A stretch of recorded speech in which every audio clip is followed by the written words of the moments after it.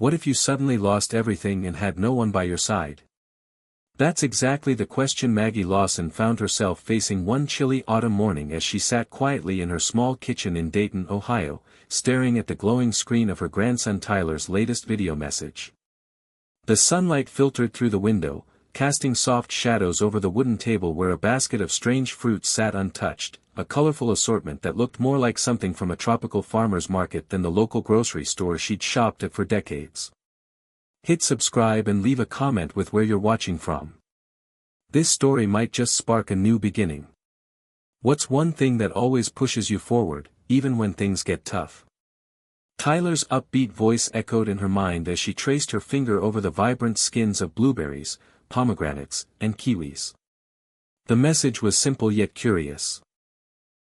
Elon Musk, the tech genius whose name dominated headlines, had shared a list of 14 fruits that he swore could fight blood clots quickly, and Tyler believed it could be the lifeline Maggie needed. Recently widowed, struggling with her health, and confronted with the terrifying diagnosis of a blood clot that threatened her very life, Maggie felt the weight of loneliness more keenly than ever. Her son Jake lived hours away in Columbus with his wife Lisa and their 2 kids, wrapped up in the rush of their own busy lives, while Maggie grappled with the silence of her empty house and the faint but persistent ache in her leg that reminded her of the danger lurking beneath her skin. She wasn't sure if she believed in miracles or health fads, but something about Tyler's hopeful energy stirred a flicker of courage in her chest. Maybe it's worth a try, she whispered aloud, her voice shaky but determined. She remembered the day she and Tom, her late husband, had planted a small apple tree in the backyard. It was a symbol of their life together, growth, patience, and the hope of seasons yet to come. Now, as she looked at this basket, the fruits seemed to offer something similar, a promise of renewal and strength. Maggie carefully picked up a shiny red apple, feeling its smooth skin beneath her fingertips. She thought about the years they'd shared, the ups and downs, the laughter and tears, and the unexpected twists that life had thrown their way. Losing Tom had felt like losing her anchor, and this new battle with blood clots was threatening to pull her under. Yet, here she was, at the start of a new chapter, faced with a question she never expected to ask herself: could a handful of fruits really help her fight back? The thought felt almost too simple for such a complicated problem, but then again, sometimes the simplest things held the greatest power. She reached for her phone and typed a quick comment under Tyler's video, watching from Dayton. This might just be the spark I need. What keeps me going? The memory of Tom and the hope of seeing my grandkids grow up. With that, Maggie opened the lid on the basket and began to explore the mysterious bounty laid before her, each fruit a symbol, a small victory in her quest to reclaim her life. She felt a strange mix of fear and hope swirling inside her, knowing this journey would not be easy. The road ahead was uncertain, marked by medical appointments, lifestyle changes, and the ever-present shadow of her health condition. Yet, as the cool bite of a blueberry burst on her tongue, she smiled. This was her new beginning, and she was ready to fight. Hit subscribe and leave a comment with where you're watching from. This story might just spark a new beginning. What's one thing that always pushes you forward, even when things get tough? Maggie Lawson's story didn't begin with blood clots or baskets of exotic fruit. It started in a small, blue-collar town in Ohio where she was born to a single mother who worked 2 jobs just to keep food on the table. Growing up in a cramped apartment with peeling wallpaper and a view of rusted train tracks, Maggie learned early on that life wasn't always kind, but it was hers to shape. Her mother, Helen, was a fierce woman with a quick temper and a soft heart, who sacrificed everything to give Maggie a chance. School was Maggie's refuge. Books and dreams of nursing school offered an escape from the noise of the city and the uncertainty of tomorrow. She was a bright girl, curious and determined, but those dreams were complicated by her older brother, Jimmy, who slipped into trouble and left a trail of broken promises and unanswered questions. Their relationship was a complicated dance of love, resentment, and distance that would shadow Maggie's life for decades. At 18, Maggie's life took a sharp turn when she met Tom, a gentle man with steady hands and a warm smile who worked at the local factory. They married young, built a modest house on the edge of town, and welcomed a son, Jake, into the world. Those early years were filled with a quiet kind of happiness, the kind that comes from simple routines and the comfort of family dinners around a wooden table. But life's challenges never stayed far away.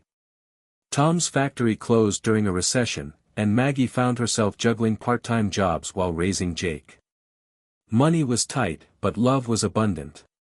Then, tragedy struck when Tom was diagnosed with a rare heart condition. Maggie became his nurse at home, learning to balance hope with the harsh realities of illness. When Tom passed unexpectedly 5 years ago, Maggie's world collapsed. The house that once echoed with laughter grew silent, and the routines that kept her grounded slipped away like sand through her fingers. Jake moved his family to Columbus for work, and visits became less frequent as distance and life pulled them apart. Maggie stayed in the house she and Tom had built, clinging to memories and the stubborn will to keep going. The loss left a deep scar, a mix of grief and isolation that sometimes felt unbearable. When the blood clot diagnosis came, it was as if her body was echoing the pain of her heart. The doctor's words were clinical, but they hit Maggie like a thunderclap: "You're at risk of serious complications if this isn't managed carefully." Suddenly, the fragility she'd always hidden was impossible to ignore. She remembered the countless times Tom had held her hand during his hospital stays, the whispered promises of "we'll get through this together." Now, she faced the fight alone, with only faint echoes of the past for comfort. Despite the darkness, Maggie wasn't one to give up. Her mother had taught her resilience, and Tom had shown her the power of quiet strength. She found solace in small rituals, tending to the garden they had planted together, listening to old jazz records on rainy afternoons, and talking on the phone with Ruth, her lifelong friend. Ruth was a beacon in Maggie's life, a survivor of her own battles who understood the language of pain and perseverance. Their friendship was a lifeline, filled with late-night talks and gentle encouragement. Maggie's relationship with Jake was more complicated. He loved her fiercely but struggled to understand her fierce independence. Their conversations often ended in frustration, each too proud to admit how scared they really were. Maggie worried that she was pushing away the family she needed most, but old habits die hard, and pride was a stubborn barrier. Tyler, Jake's son, was Maggie's bright spot. Tech-savvy and full of energy, he connected with her in ways the others didn't. He sent her videos, funny memes, and links to articles about health and wellness. It was Tyler who introduced her to Elon Musk's video about the 14 fruits that could fight blood clots. In that moment, Maggie felt a flicker of hope, a chance to reclaim control over her body and her future. Beneath her calm exterior, Maggie carried scars from decades of heartbreak and resilience. She was a woman shaped by love and loss, burdened by regrets but fueled by the desire to make her remaining years meaningful. The basket of fruits wasn't just a health tip, it was a symbol of that hope, a challenge to fight back against the odds. As she studied each fruit, she thought about her mother's kitchen, the warmth of family dinners, and the promises she'd made to herself to keep moving forward. The journey ahead was daunting, but Maggie was ready to face it with the same stubborn courage that had carried her through a lifetime of trials. In the quiet moments before dawn, Maggie made a promise: she would fight for her health, for her family, and for the chance to create new memories. The 14 fruits were just the beginning. Life had thrown her curveballs, but Maggie was determined to hit them out of the park. She closed her eyes and pictured Tom's smile, felt the strength of her mother's hands, and heard Tyler's encouraging voice. She wasn't alone.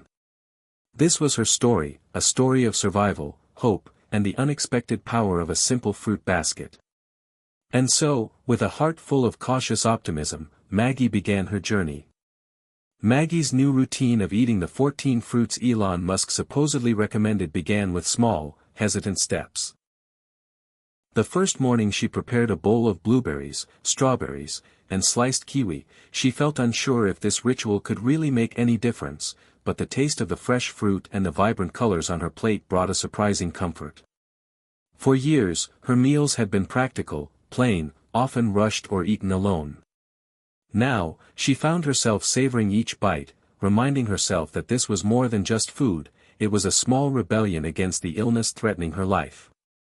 However, as days turned into weeks, the real challenge wasn't just in changing her diet but in managing the growing tension between her and Jake. Jake, a busy father and project manager at a tech company, had always worried about his mother's health, but his concern often felt like pressure or criticism to Maggie. One evening during a video call, Jake's frustration spilled over. "Mom, I get that you want to do things your way, but these blood clots are serious. You can't just rely on fruit and hope it fixes everything. You have to take your medication, go to physical therapy, follow the doctor's orders." Maggie's eyes filled with tears, not because Jake was wrong, but because she felt misunderstood. "Jake, I'm doing what I can. You're not here every day. You don't see how hard it is to change everything." The call ended abruptly, leaving Maggie feeling isolated and torn between wanting her son's support and needing space to figure things out on her own. Meanwhile, Lisa, Jake's wife, reached out with gentle encouragement. She sent recipes featuring the 14 fruits, tips on meal prep, and reminders that Maggie wasn't alone. Lisa's kindness became a quiet balm, but Maggie's pride still held her back from fully embracing the help offered. At the same time, Ruth, ever the loyal friend, became Maggie's cheerleader. She visited often, bringing homemade fruit salads and stories of her own battles with illness.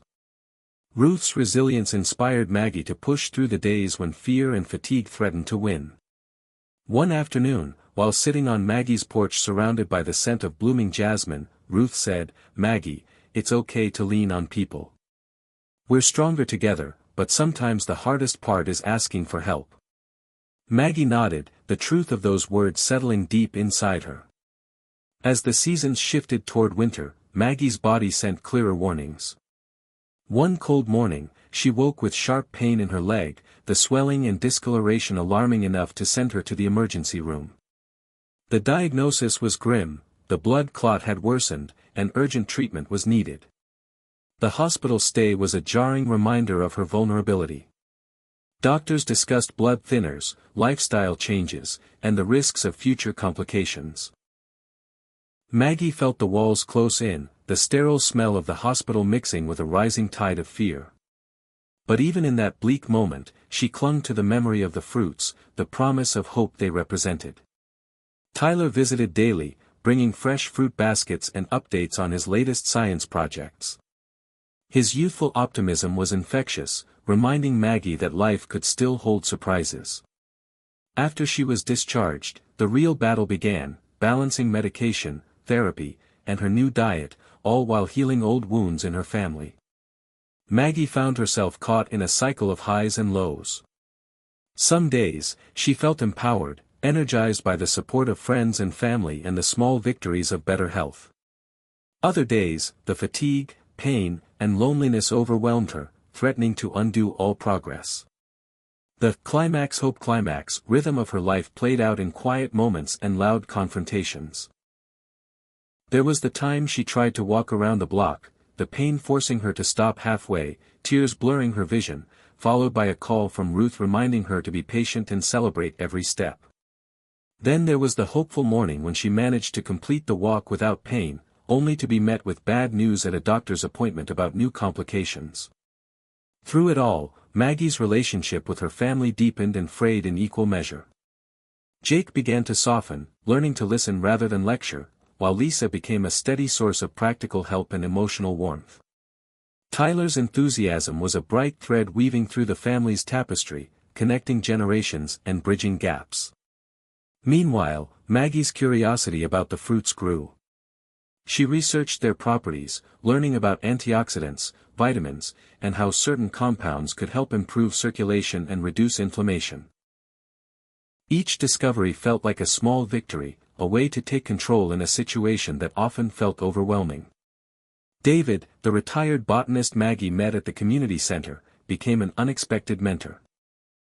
His knowledge of plants and passion for nature inspired Maggie to see her diet not just as medicine but as a connection to life's cycles. Together, they experimented with recipes and explored local orchards, turning her health journey into an adventure. Despite the setbacks, Maggie's spirit remained unbroken. She began writing in a journal, chronicling her experiences, fears, and hopes. This private act of reflection gave her clarity and strength, helping her navigate the complex emotions that came with illness and aging. As winter thawed into spring, Maggie's world began to open up again. She joined a support group for seniors facing chronic illness, finding solace in shared stories and mutual encouragement. The group welcomed her, a new community that understood the struggles she faced. With each meeting, Maggie felt less alone. The fruits, once a curiosity, had become a symbol of resilience and renewal. They were more than just food. They represented the possibility of fighting back, of living fully despite the odds. Maggie's health improved gradually but noticeably. Her doctors were cautiously optimistic, and Maggie herself felt a new sense of purpose. She wasn't just surviving, she was learning to thrive. Yet, the challenges were far from over. One afternoon, Maggie received a phone call that shook her to the core. Her estranged brother Jimmy had reached out. The news was unexpected, stirring a storm of emotions, anger, hope, fear, and a deep longing for connection. Their reunion was fraught with tension, the years of silence and pain making it hard to find common ground. But beneath the surface, a fragile thread of forgiveness began to form. This new chapter in Maggie's life added complexity and depth to her journey, reminding her that healing was not just physical but emotional and relational. The intertwining of family conflict and health struggles tested Maggie in ways she hadn't imagined, but also opened doors to reconciliation and growth. As spring blossomed into summer, Maggie stood on the cusp of transformation. She had faced crises and found hope, battled illness and discovered community, confronted old wounds and begun to heal. The fruits she ate every day were a reminder that life, like nature, was a cycle of struggle and renewal. And Maggie was ready to embrace whatever came next. Maggie's life shifted dramatically one crisp summer morning when she received a letter from the Ohio State University Medical Center, inviting her to participate in a new clinical trial focused on natural treatments for blood clots. The study was pioneering in its approach, combining conventional medicine with dietary interventions, specifically, the kinds of fruits she had been cautiously incorporating into her meals. The invitation felt like a door opening at just the right moment, an unexpected opportunity to take her health journey to a new level. With Tyler's encouragement, Maggie agreed to join the trial, stepping into a world of cutting-edge research, clinical tests, and a community of patients like herself. The hospital's glass facade shimmered under the summer sun as she walked into the center for her first appointment, her heart pounding with a mixture of fear and excitement. The sterile corridors buzzed with the quiet hum of machines and the murmurs of medical staff. Maggie's senses were alive. She noticed the coolness of the air conditioning, the faint scent of antiseptic, and the reassuring smile of Dr. Emerson, the lead physician on the trial. "Mrs. Lawson, we're thrilled to have you here," he said warmly, handing her a folder filled with information and consent forms. This trial aims to understand how certain fruits can support blood clot prevention when combined with medication and lifestyle changes. Your experience will be invaluable. Over the next weeks, Maggie's schedule filled with blood tests, ultrasounds, and consultations with nutritionists. The regimen was strict: daily doses of prescribed medication, carefully measured fruit intake, and exercise routines tailored to her condition. The fruits became more than meals, they were medicine, science, and hope all wrapped into one. The 14 fruits Elon Musk had recommended: pomegranates, blueberries, oranges, kiwis, apples, cherries, grapes, pineapples, strawberries, pears, watermelon, blackberries, bananas, and raspberries, each had properties that the researchers believed helped improve circulation, reduce inflammation, or thin the blood naturally.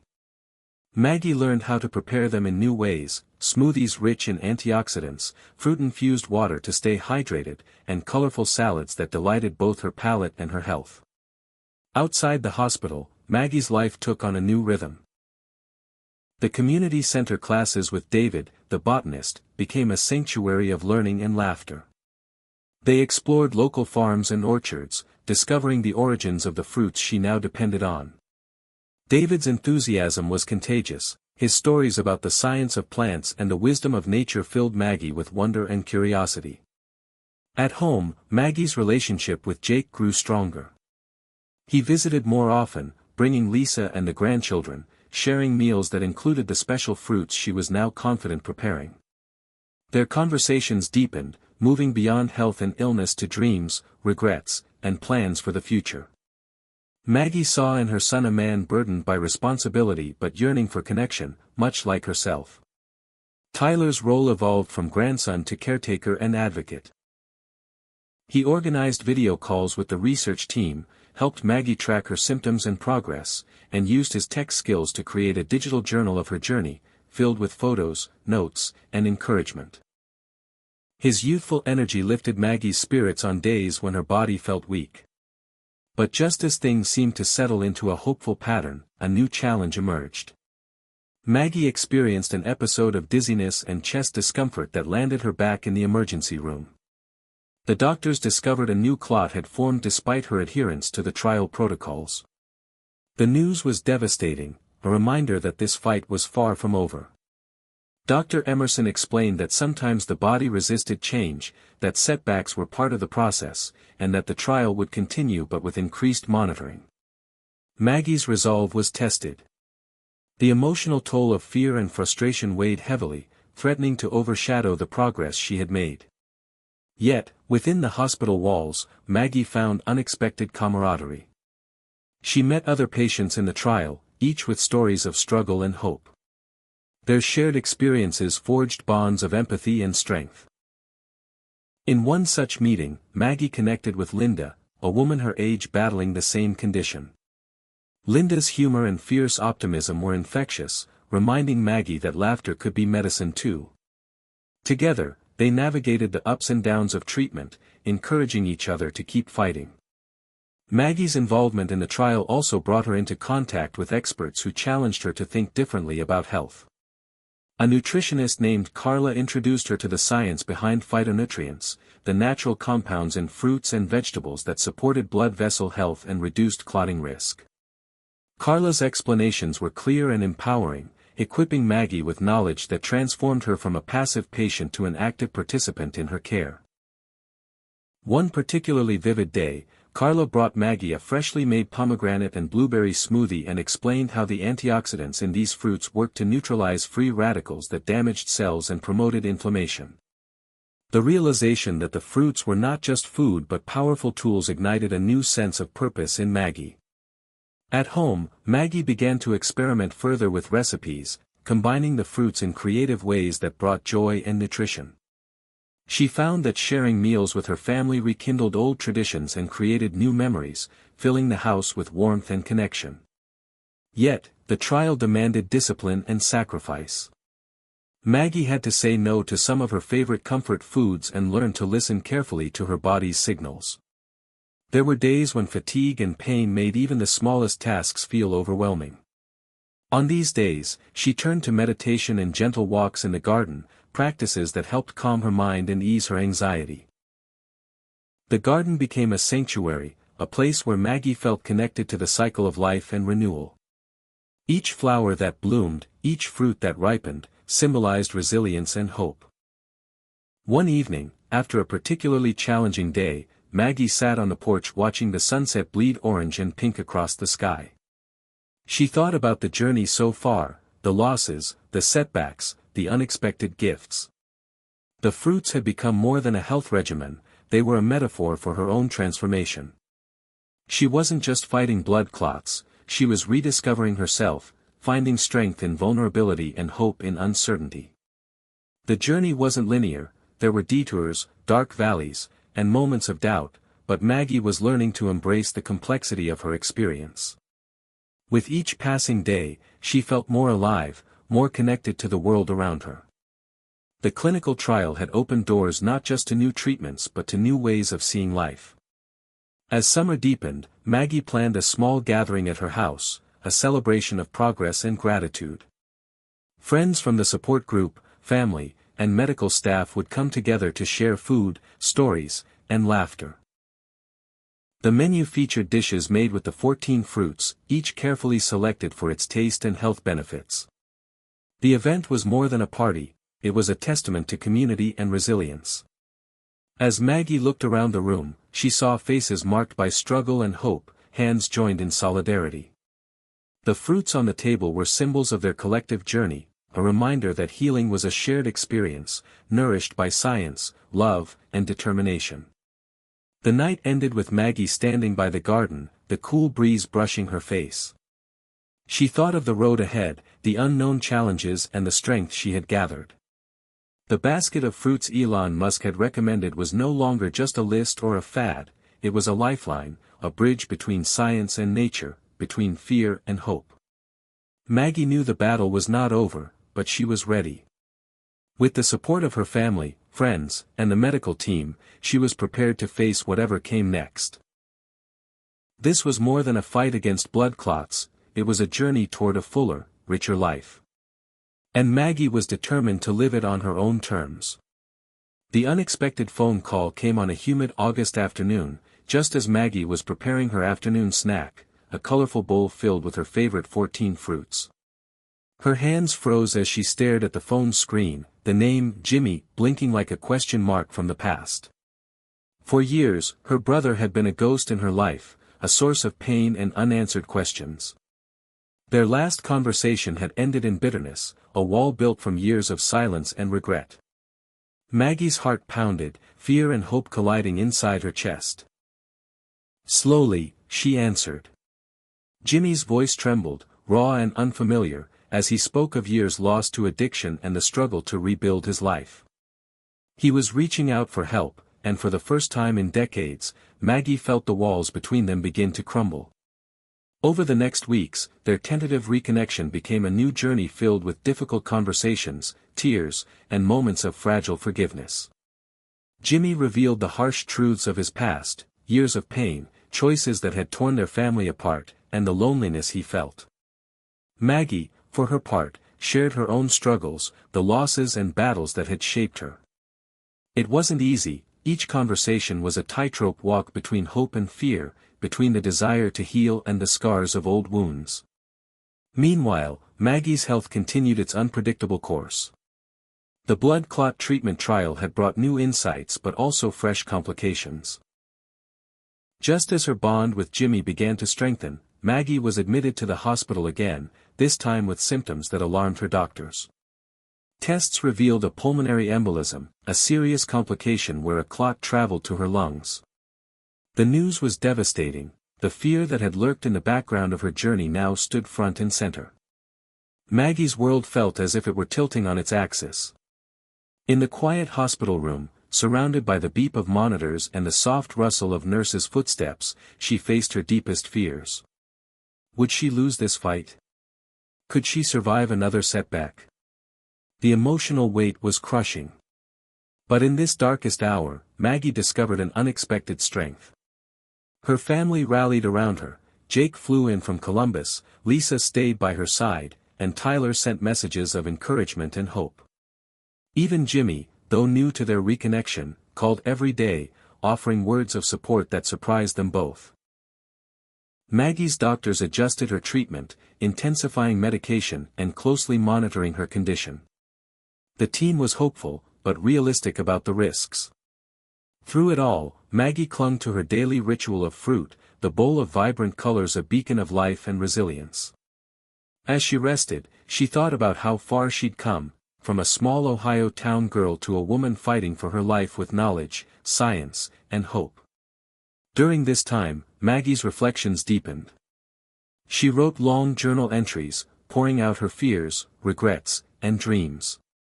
She realized that healing was not just about her body but about mending relationships, forgiving past hurts, and embracing love. The reconciliation with Jimmy was a cornerstone of this emotional journey. In one poignant conversation, Jimmy confessed, "I'm sorry for all the pain I caused, Maggie. I never stopped loving you. I just didn't know how to be there." Maggie's voice broke as she replied, "I needed you too.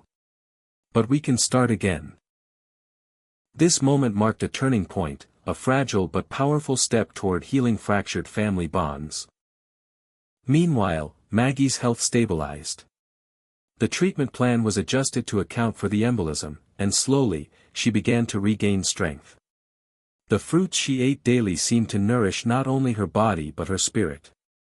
She felt a renewed sense of purpose, to live fully, to love fiercely, and to cherish the connections that sustained her. One evening, as Maggie sat on her porch watching the stars emerge, she thought about the journey that had brought her here, the losses, the battles, the unexpected gifts of family and friendship. She understood that life's greatest challenges often revealed its deepest truths. The basket of fruits Elon Musk had mentioned was more than a health tip, it was a symbol of hope, resilience, and the power of small choices to change a life. Maggie knew there would be more challenges ahead, but she was ready to face them with courage, surrounded by those she loved and strengthened by the lessons she'd learned. This was not the end of her story but a new beginning. A chance to embrace life with open arms, to find meaning in struggle, and to know that love, indeed, would always lead the way. Maggie woke to the gentle light of dawn filtering through her bedroom window, the soft chirping of birds reminding her that life always moves forward, no matter the storms it faces. The journey she had traveled, from the shock of diagnosis to the daily battle with blood clots, the strained family ties, and the promise of the 14 fruits, had transformed her in ways she never imagined. As she sat at her kitchen table, the familiar sight of fresh pomegranates, blueberries, and strawberries in a crystal bowl filled her with a quiet joy. These fruits were no longer just health advice, they were symbols of resilience and hope, reminders that small steps could lead to profound change. Reflecting on the past months, Maggie realized how much she had grown, not just physically, but emotionally and spiritually. The fractures in her relationships, especially with Jake and Jimmy, were slowly healing. What had once seemed like insurmountable walls were now bridges built with understanding, forgiveness, and love. Jake had become more patient, more present, and Maggie had learned to accept help without losing her independence.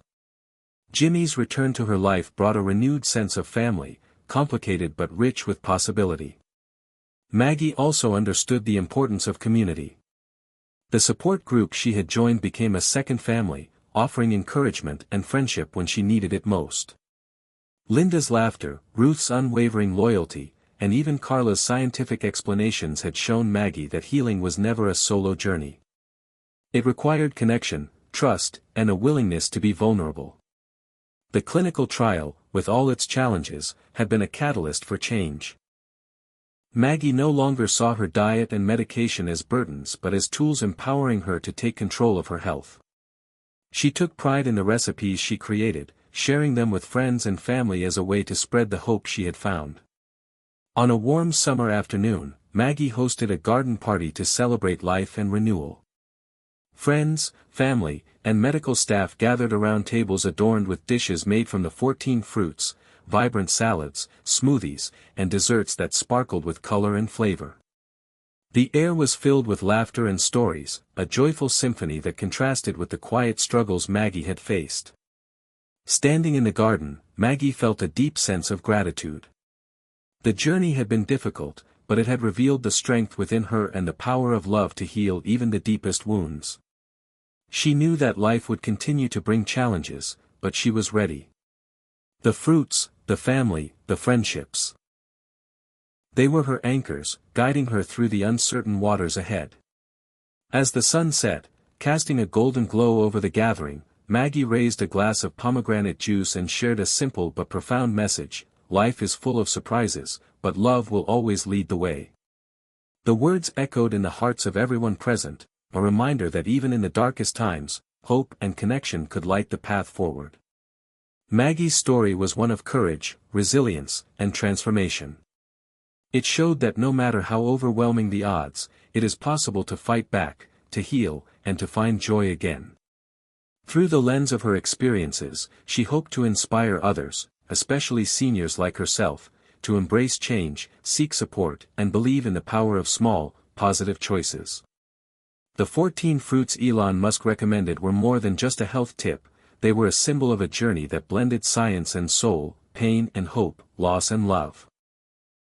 And for Maggie, they were the beginning of a new chapter, one filled with promise and the unwavering belief that life, with all its twists and turns, is worth living fully and fiercely. The days after the garden party settled into a gentle rhythm, like the quiet moments after a storm. Maggie moved through her home with renewed purpose, her steps lighter, her thoughts clearer. The basket of 14 fruits continued to sit on her counter, refreshed every few days with the help of Lisa and Tyler, its contents a daily affirmation that healing could be colorful, flavorful, and even joyful. But with her health improving and her spirit rising, Maggie found herself asking a new question: what now? That question buzzed in her chest, a persistent feeling that she was meant to do something more, something with her experience, her story. The clinical trial had opened her eyes not only to the possibilities of combining food with medicine, but also to how many people were quietly suffering, afraid or unsure of how to begin fighting back.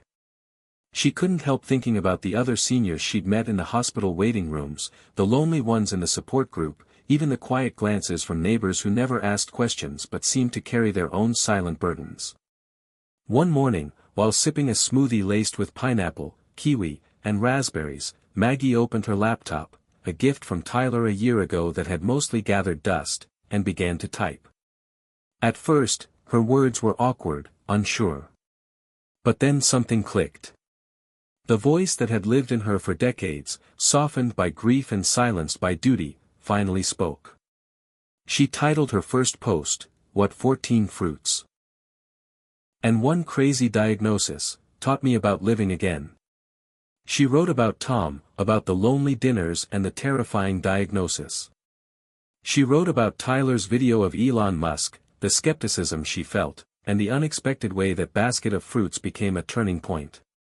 Her words were raw, honest, sometimes humorous, and always filled with warmth. When she finally hit publish, she wasn't expecting much. But the next day, there were comments. Dozens of them. Messages from women across the country, seniors, single mothers, people struggling with health fears, even one young nurse who said, "Thank you for reminding me why I got into medicine." Encouraged, Maggie wrote again. And again. The posts became a blog. The blog attracted attention. Tyler helped her set up a YouTube channel, where she shared her story in her own voice. Wrinkled hands holding up a pomegranate, stories about her brother Jimmy and the struggle of second chances, clips of her laughing with Ruth while making fruit salad. She didn't call herself an expert. She was just Maggie. Honest. Brave. Real. Within weeks, Maggie's audience grew from a handful to hundreds. She received messages from people in Florida, Oregon, even one woman in rural Alaska who said she started eating cherries every day because of Maggie. One comment read, "Hit subscribe and leave a comment with where you're watching from. This story might just spark a new beginning." What's one thing that always pushes you forward, even when things get tough? Maggie blinked, touched by the echo of her own words. What began as a whisper of healing had become a ripple, touching lives far beyond her Ohio neighborhood. But just as she began to soar, an unexpected email arrived from the medical research team. The clinical trial was entering a more advanced stage, and the researchers wanted Maggie to participate in a panel at a national conference in Chicago to share her experience. Maggie laughed out loud when she first read it, her. On a stage, speaking to doctors and scientists. The same woman who once cried over a bruised apple. Still, something inside her said, yes. Preparing for the trip stirred old anxieties. She hadn't traveled in years. Her blood thinners required careful timing, she had to pack special snacks, and her legs still swelled if she sat too long. Jake worried, of course, but Maggie reassured him with a grin. "I've got blueberries and compression socks. What else do I need?" The flight was bumpy, the hotel too cold, and the room service overpriced. But none of that mattered when Maggie stood behind the podium, looking out over a room of attentive faces. She wore a blue cardigan and a silver necklace that had belonged to her mother. Her hands shook at first, but as soon as she spoke, the nerves melted away. She told them everything. Not just the medical parts, but the fear, the loneliness, the way her grandson had handed her a strange fruit basket and accidentally sparked a revolution in her soul. She talked about the hard days, the laughter with Ruth, the reconciliation with Jimmy. She ended her talk with a truth that quieted the whole room.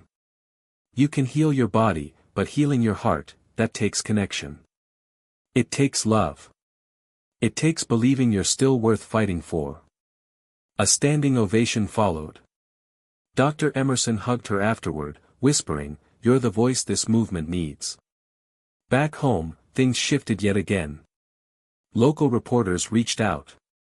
A small wellness magazine featured her blog. A local church asked her to speak to their senior outreach group. Maggie, who once thought her life had ended with Tom's death, was now a voice of hope for hundreds. But none of this went to her head. She still woke early to walk her street in the cool morning air. She still texted Tyler to remind him to do his homework. She still met Ruth every Tuesday for tea and fruit muffins. The difference now was that Maggie had reclaimed something she hadn't realized was lost: purpose. Then, one ordinary afternoon, she got a call from Jimmy. His voice was filled with emotion. "Maggie. I've started volunteering. At a shelter. Told them about you. About the fruits. I've been sober 9 months. Your story made me believe I could be more than my worst mistake." Maggie's hand went to her heart. "Jimmy, you've always been more. I just think you forgot." That night, as the stars blinked awake in the sky above her garden, Maggie sat quietly, listening to the wind rustle through the leaves. Her blood clot still existed, an invisible thread of danger that she managed with care and consistency, but it no longer controlled her story. She thought of the young nurse's comment. The days after the garden party settled into a gentle rhythm, like the quiet moments after a storm. Maggie moved through her home with renewed purpose, her steps lighter, her thoughts clearer. The basket of 14 fruits continued to sit on her counter, refreshed every few days with the help of Lisa and Tyler, its contents a daily affirmation that healing could be colorful, flavorful, and even joyful. But with her health improving and her spirit rising, Maggie found herself asking a new question: what now? That question buzzed in her chest, a persistent feeling that she was meant to do something more, something with her experience, her story. The clinical trial had opened her eyes not only to the possibilities of combining food with medicine, but also to how many people were quietly suffering, managing chronic illnesses in isolation, unaware of what simple changes could do for them. Maggie had once been that person, overwhelmed, afraid, alone. She didn't want others to feel the way she once had. So she began to write. At first, it was just for herself, pages in a notebook, documenting her journey with the blood clots, the fruits, the setbacks, and the surprises. But the act of putting words to her thoughts stirred something deeper. One afternoon, Tyler caught her typing her notes into a Word document and casually said, "You should post these online. You could help people, Grandma." Maggie laughed at first. "I'm not one of those internet influencers," she said with a grin, but the idea took root. Tyler helped her create a simple blog. They titled it Second Wind, A Senior's Journey Back to Health, and each week, Maggie published a new post, short reflections, recipes featuring the 14 fruits, lessons learned from her doctors and nutritionists, and the emotions of rebuilding her life after loss. She didn't expect anyone to read it, but within weeks, comments began appearing. Messages from readers across the country. Seniors managing the same condition, caregivers desperate for hope, young people moved by her strength. They thanked her for her honesty, for sharing her failures as well as her victories. Maggie felt a purpose rising inside her, stronger than anything she'd felt in years. Writing became her new medicine. It gave shape to her thoughts and anchored her on the tough days. As the blog grew, so did her circle of connection. She began attending virtual forums for health and wellness, sharing her story on panels, and even received an invitation to speak at a senior health summit hosted by a regional nonprofit. At first, Maggie hesitated. Public speaking wasn't in her comfort zone, and she worried no one would want to hear what a 72-year-old woman had to say about blood clots and berries. But Ruth, with her usual mix of tough love and gentle support, pushed her. "You've already survived the worst, Mags. What's a little microphone compared to all that?" So Maggie said yes. The summit was held at a community center 2 towns over, a modest event with folding chairs, a rented podium, and a crowd of about 50. Maggie walked onto the stage in a simple blue blouse, her hands shaking slightly as she gripped her notes. But as she looked out into the audience, at faces that reminded her of herself, of Tom, of the friends she'd made in her support group, her voice steadied. She began with a story, the one she'd told herself 100 times since the diagnosis, about fear, resistance, discovery, and change. She spoke of the fruits, the science, the setbacks, and the hope. And at the end, she asked the question that had started it all: what's one thing that always pushes you forward, even when things get tough? The room was silent for a beat, then someone clapped, then another, and suddenly there was a standing ovation. Maggie felt a rush of emotion, humbled and amazed that her journey mattered not just to her, but to others. That night, as she returned home and settled into bed, her heart was full in a way she hadn't felt since Tom was alive. Her story was not just about recovery, it was about renewal. And it was far from over. The momentum continued. Maggie began collaborating with the university's nutrition department to co-create a guidebook for seniors about eating for vascular health. She met with a local grocer who agreed to feature a weekly Maggie's Picks produced display, highlighting the fruits and recipes from her blog. Lisa helped design recipe cards, and Jake offered to fund printing costs to distribute them for free. The impact rippled outward. A retirement community asked her to host a monthly talk. A local newspaper featured her in a lifestyle column titled, "Silver Strength, a Senior's Second Chance." Even the doctors from the clinical trial used parts of her blog to help encourage reluctant patients. All of this took place while Maggie continued her own fight. There were still days when the fatigue returned, or when her legs ached, or her chest felt tight with fear. But she no longer faced those days alone. She had built a network of care around herself, one rooted in honesty, vulnerability, and action. Her relationship with Jimmy deepened, too. They met for coffee weekly, slowly knitting together the frayed edges of their bond. He shared stories of his recovery, the group meetings he attended, and his own hope for a new life. Maggie felt proud of him, and of herself for allowing him back in without expectation or bitterness. The emotional work she had done was just as transformative as the physical healing. Maggie had learned that the body doesn't recover unless the heart does too. And her heart, though still carrying scars, was stronger than ever. She remembered a moment one night while looking in the mirror, seeing the lines of her age, the softness in her eyes, the evidence of survival etched into her skin. She whispered, "I'm still here." It wasn't just a fact. It was a declaration. She thought of Tom often.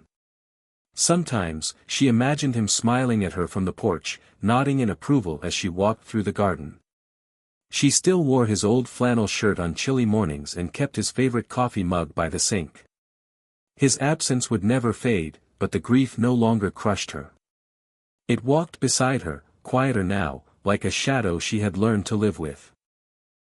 On the anniversary of his passing, she made a fruit tart using all 14 of the recommended fruits, placed it on the table, lit a candle, and said out loud, "Thank you for loving me through all of it." That evening, Lisa, Jake, and the grandkids joined her, and they shared memories, laughter, and slices of the vibrant tart that had become a symbol of Maggie's entire journey. It was no longer just about fighting clots or surviving illness. It was about transformation. Maggie had found her second wind not in a hospital, not in a miracle cure, but in the messy, beautiful work of showing up each day, doing the next right thing, and letting people in. The 14 fruits had done more than nourish her blood. They had nourished her life.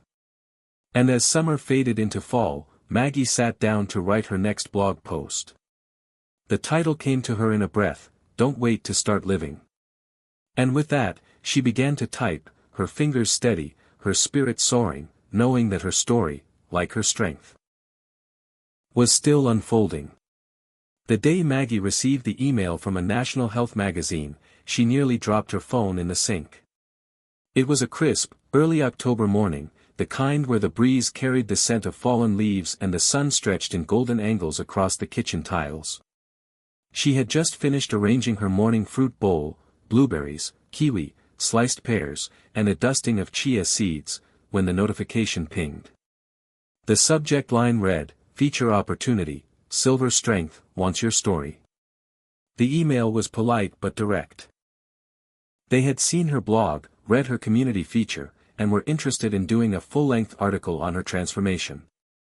The editor, a woman named Carol Goodman, praised Maggie's voice and her practical, grounded advice for seniors. They wanted to schedule an interview, maybe even a photo shoot. Maggie blinked at the screen, reading the words again just to be sure they were real. For a few moments, she didn't move.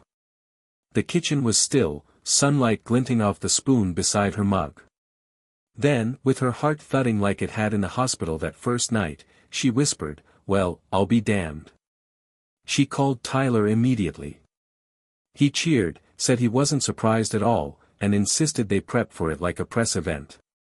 "You're basically a celebrity now," he joked. "We should call you Grandma Influencer." Maggie rolled her eyes but smiled. She still struggled to see herself that way. All she had done was survive. But maybe, she thought, surviving was exactly the kind of story people needed to hear. The interview was scheduled a week later, over Zoom. Maggie cleaned the house like it was the Queen of England dropping by. She wore her favorite forest green cardigan, applied a dab of lipstick, and set her laptop against the backdrop of her garden view window. Carol was warm and curious, and the conversation flowed easily. They talked about Maggie's diagnosis, the clinical trial, the 14 fruits, and how one health scare turned into a personal revolution. "You didn't just fight blood clots," Carol said, "you found a way to reconnect, to your family, to your purpose. That's the heart of it." Maggie's eyes stung with tears. It was strange to hear someone summarize her story with such clarity. "I guess I just didn't want to waste what time I had left feeling powerless," she said. "And once I found something that worked, something simple like food, I felt like maybe I could help someone else feel less afraid." The article published 3 weeks later. Titled Fruit, Faith, and Fighting Back, How One Woman Took Control of Her Health After 70, it painted Maggie as both a survivor and an advocate. It included colorful photos from her garden, close-ups of her handwritten recipes, and a quote about the fruits, "They're not magic, but they're a start. They gave me something to hold on to when I didn't know what else to do." The response was overwhelming. Her blog traffic spiked, emails poured in, and strangers began mailing letters to the community center just to say thank you. A retired teacher from Arizona wrote that she had always feared aging until reading Maggie's story.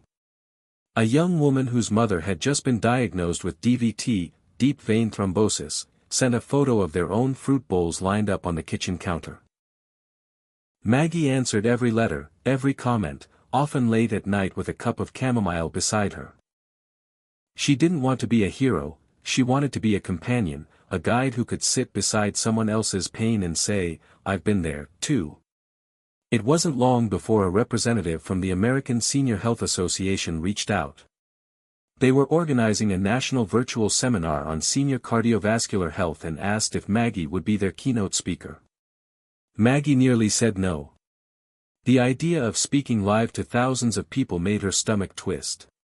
But Jake, who had been quietly watching his mother grow stronger every week, said something that changed her mind.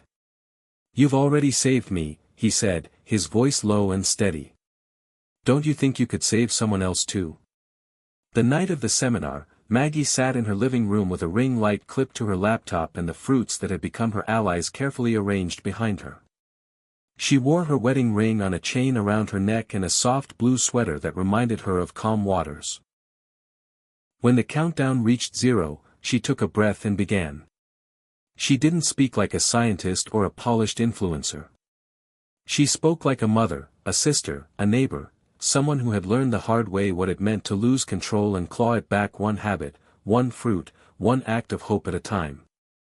"I'm not here to tell you fruit is a miracle," she said into the camera.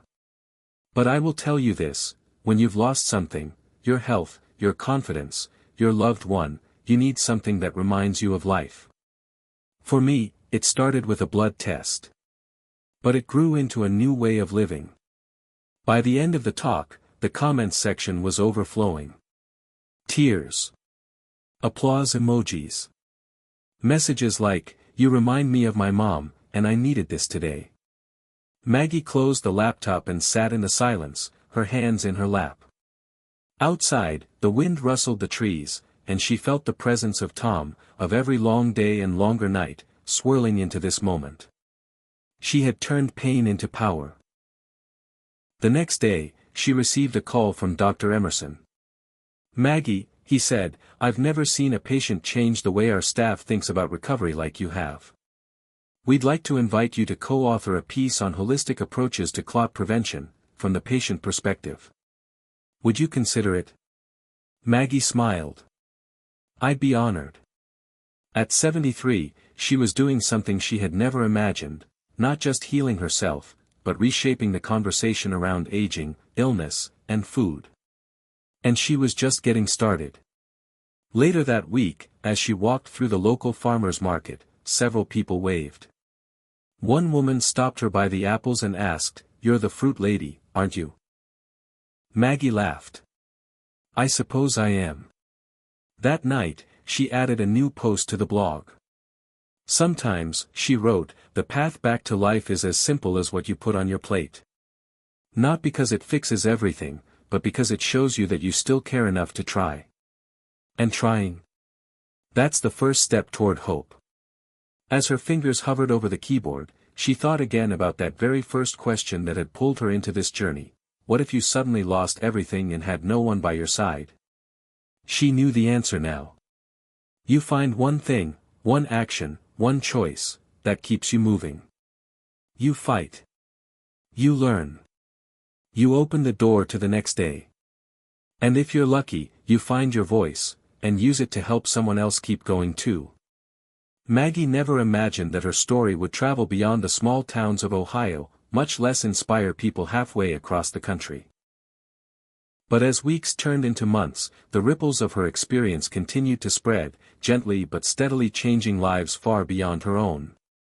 The emails she received weren't just notes of gratitude anymore, they were full testimonies, deeply personal stories from people who had started eating better, walking more, calling family members they hadn't spoken to in years. One man, a retired firefighter from Sacramento, wrote that after reading her blog, he ditched his processed snacks and started each morning with Maggie's fruit salad recipe. "I haven't felt this good since my 30s, he wrote. A grandmother from Tennessee said her daughter-in-law had printed out Maggie's fruit chart and hung it on the fridge. "We eat them together every afternoon. She says it's her new bonding time with me." Maggie read each one slowly, holding every word close. She often found herself crying. Not out of sadness, but out of the overwhelming realization that her pain had somehow become a lifeline for others. It was a kind of healing she hadn't expected. One morning, Lisa stopped by with a surprise, a printed map of the United States with tiny heart stickers on each state. "Every pin is someone who wrote you," she said. Maggie stared at the map, stunned to see it filled with red and gold hearts stretching from coast to coast. "That's a lot of people, Mom," Lisa added. "You've touched more lives than most people do in a lifetime." But Maggie never let the praise go to her head. She still got up early, still filled her bowl with fresh fruit, still managed her medication and appointments. Her blog remained honest, never polished or glamorous. When she had a rough day with fatigue or found a new bruise that worried her, she shared it.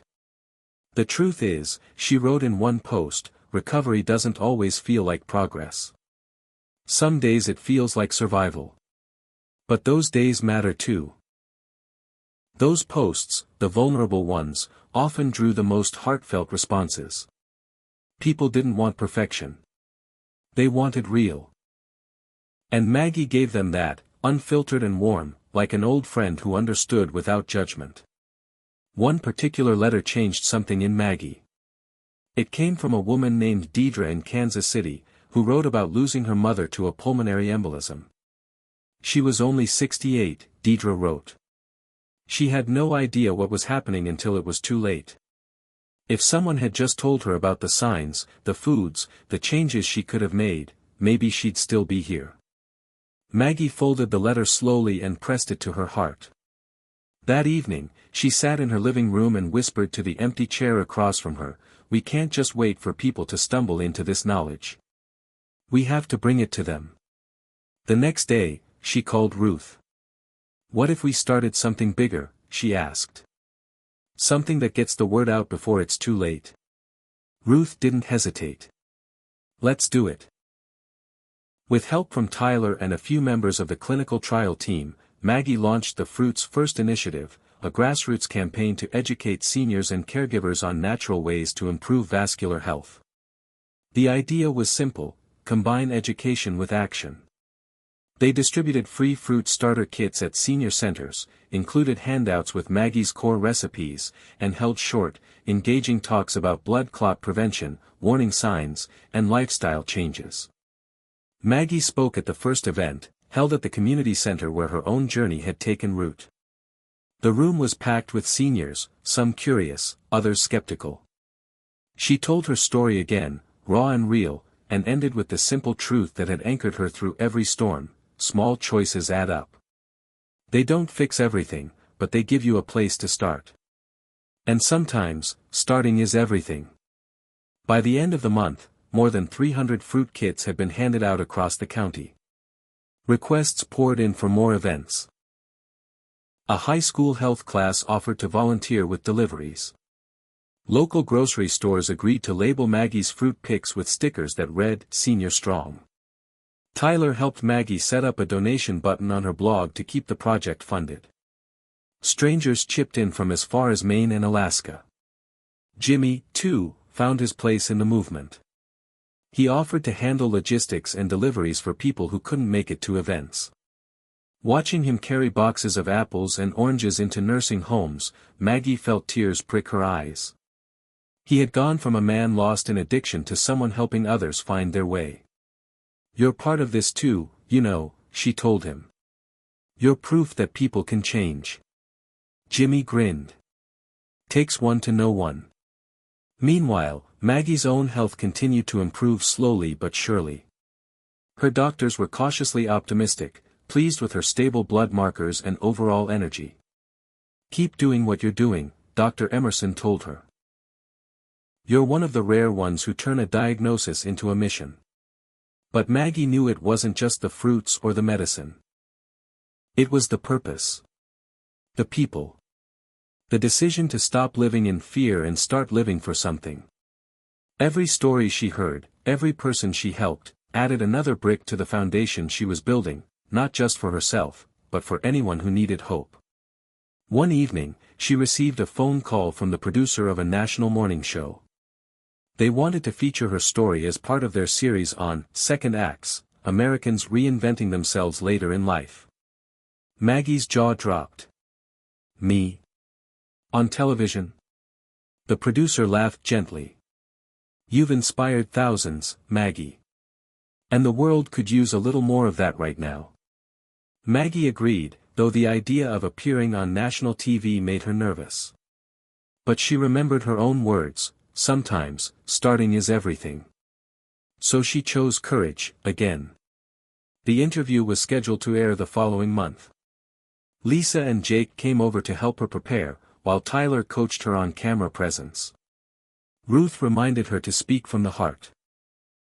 And Jimmy brought over a bouquet of sunflowers, her favorite. "For luck," he said, smiling. Maggie looked around the room, filled with people who had held her up when she didn't have the strength to stand alone. Her family. Her community. Her unexpected second life. She stood by the window that night, watching the streetlights glow, and whispered a prayer of thanks. Not just for the health she had regained, but for the meaning she had found. For every person who now ate one more fruit a day because of her. For every email that ended with, "Thank you for giving me hope." Maggie knew the story was no longer just hers.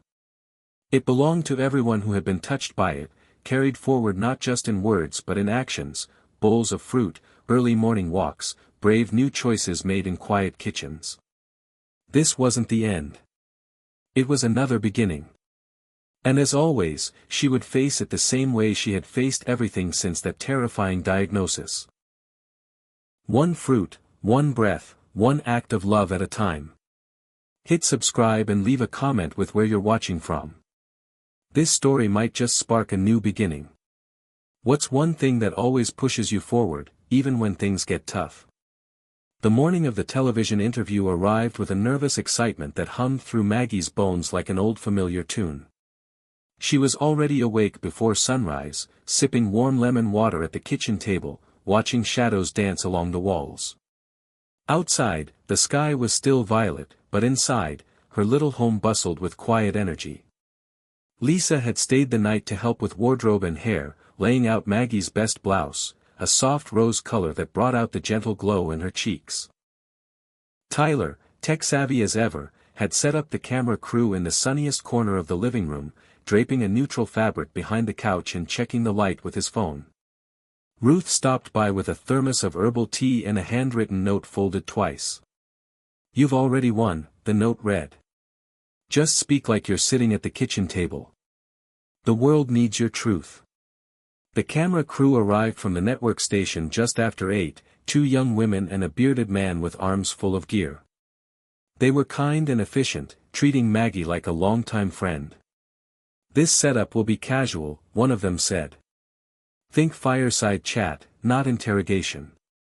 Maggie nodded, trying to hide the flutter in her stomach. She glanced toward her kitchen, where the basket of fruits waited, fresh and radiant, just as they had each morning since the beginning. There was comfort in that. At 9 o'clock sharp, she sat before the camera, fingers curled gently in her lap, heart pounding beneath her blouse. A producer's voice crackled through the earpiece. "You're live in 5, 4, 3, the screen lit up. A smiling host in a New York studio beamed into Maggie's living room. "This morning, we bring you a story from Ohio about how one woman turned a health scare into a movement, and what we can all learn from her journey." Maggie took a breath. When the host turned the segment over to her, Maggie leaned into her truth, the same way she had leaned into each challenge that had shaped her. She told the story again, not polished or theatrical, but real. From the panic of her diagnosis, to the fruits, to the blog, to the letters from strangers. She spoke of Tom. Of Jimmy. Of fear and strength, of the ache of loss and the beauty of second chances. "I never thought I'd be the kind of person someone wrote to for advice," she said. "But once I realized how many people were silently suffering like I had, I knew I couldn't stay quiet anymore." Behind her, the fruit basket gleamed. Blueberries, oranges, kiwi, papaya, pomegranate, and every vibrant promise they held. Maggie finished the interview with the same question she always asked her readers. "What's one thing that keeps you going, even when it all feels too much?" That's where you start. That's your seed. You water it every day, and one day, it'll grow into something that saves you. The host, visibly moved, nodded with a soft smile. "Thank you, Maggie. You've given all of us something beautiful today." When the camera light blinked off, Maggie exhaled. The room burst into applause. Lisa hugged her first, then Tyler, and then Jimmy, who grinned with misty eyes and whispered, "You crushed it, Mom." Maggie laughed, heart full. The producer handed her a tiny USB drive with the segment saved. "You're going to want to hold on to this," she said. "We've already had calls from stations asking if they can replay it." That afternoon, Maggie's phone barely stopped buzzing. Texts from old friends. Calls from cousins she hadn't heard from in years. A message from her junior high school teacher's daughter. All of them said the same thing: "We saw you. We're proud of you." That night, Maggie returned to her blog, fingers hovering over the keyboard. She titled the new post, "The Day I Showed Up Anyway." I was terrified this morning, she wrote. Not of the camera, not of the questions, but of not being enough. But I showed up. I showed up for the woman in Florida who emailed me about her swollen leg. I showed up for the man in Kansas who started walking 5 minutes a day after reading about my routine. I showed up for my children, who now know what strength looks like even when it's scared. And I showed up for Tom. Because every act of love, even this far from him, is still a part of our story. As the days passed, the impact only grew. Maggie received an invitation to contribute monthly health columns to a senior wellness newsletter with a national subscriber base. Her first piece, 14 Fruits That Changed My Life, was reprinted in newspapers across 5 states. Local school districts reached out, asking her to speak to their nutrition staff about creating fruit-forward meal plans for students. Who knew, Maggie told Ruth one morning, that something as ordinary as fruit would become a revolution. Ruth chuckled. It's not the fruit, Mags. It's you. Maggie continued her work with the Fruits First initiative, expanding to new counties, meeting with dietitians and rural health advocates. She helped launch a mobile fruit van, Maggie's Market on Wheels, that delivered produce and educational materials to underserved areas. Everywhere she went, she heard stories. People switching from sugary snacks to berries, seniors making smoothies with their grandchildren, widowers like her finding small reasons to care again. The ripple had become a wave. Yet Maggie stayed grounded. Her days still began with fruit. She still brewed her favorite herbal tea and tended to the small backyard garden Tom had once loved. She still missed him in a way that quieted the world sometimes. But more than grief, what she felt now was gratitude. On a cool November evening, Maggie stood in front of her mirror, brushing her silver hair. Her reflection stared back with tired but joyful eyes. She whispered softly, "You did good, kid." She walked into the living room, sat with her laptop, and opened a new blank post. "We're not meant to save the world," she typed. "But we are meant to carry a little corner of it with care." She paused, smiled, and added, "And if you can do that with a bowl of blueberries and a brave heart, then you're already halfway there." Thanksgiving came early that year. Not by the calendar, of course, but in spirit. Maggie felt it in the way the air turned crisp and the leaves swirled down her front steps like golden confetti. There was something richer about everything, warmer smiles at the grocery store, longer hugs from Lisa, and a quiet contentment that had settled into her bones like a welcome guest. She had survived a season she wasn't sure she'd make it through. Now she stood at the cusp of another, not just alive, but fully living. She wanted to celebrate it. And so she decided, for the first time in years, to host Thanksgiving dinner. The announcement surprised everyone. "You," Lisa had said, eyes wide. "You haven't hosted since before Dad passed." Maggie smiled. "Exactly why it's time. We've all been holding our breath for too long. I want to cook. I want to feed my people." And feed them she did. Over the next 2 weeks, Maggie planned and prepped like a woman on a mission. She pulled out her old cookbooks, scribbled shopping lists, and tested new recipes with the 14 fruits at their core. Her cranberry orange sauce had a citrus brightness that made Tyler dance in the kitchen, and her pomegranate glazed turkey breast had even Ruth calling it sinfully healthy. She swapped marshmallow-topped yams for baked sweet potatoes with a cinnamon berry crumble and reinvented apple pie with a walnut oat crust and slices of kiwi on top. "You're rewriting tradition," Jake said during a taste test. Maggie grinned. No one said gratitude couldn't come with antioxidants. The day of Thanksgiving dawned with a peaceful quiet. Maggie moved through the house, humming softly as she lit candles, set the table with mismatched but beloved dishes, and carefully arranged a bowl of fruit at each place setting. Each one was different, a small symbol of how healing could look many ways but still be beautiful. She left Tom's chair at the head of the table, as always. She didn't fill it with a guest. She didn't put away his place card. She just left it, empty but honored. A space for memory. A space for love. When the family arrived, the house filled with warmth. Laughter echoed off the walls, the oven buzzed with life, and Maggie moved among her guests like she'd never been away from the role of hostess. She wasn't tired. She wasn't anxious. She was whole. Tyler offered to make the toast, but Maggie raised her hand. "May I?" The table quieted. The candles flickered gently. "I want to thank you all for walking with me this year," she began, her voice clear. "You held me up when I was at my lowest. You listened when I was scared. You believed in me when I couldn't believe in myself. And now, we're here, together." She paused, looking around the table, eyes resting briefly on Tom's chair. "This house has known grief. We've all carried it. But today, we make room for joy. For food that heals. For stories that give hope. And for love that never really leaves us." Glasses clinked. Hands reached for hands. And for a long, quiet moment, no one said a word. They just looked at each other, the kind of look that says, "We made it. We're still here." The dinner was perfect, not because everything went right, it didn't. The mashed potatoes were slightly cold, Ruth dropped her fork twice, and one of the grandkids spilled grape juice on Maggie's rug.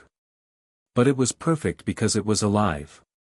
After dessert, Maggie stepped out onto the porch with her tea, wrapped in Tom's old flannel, and breathed in the cool air. She watched her family through the window, laughing, clearing dishes, playing cards.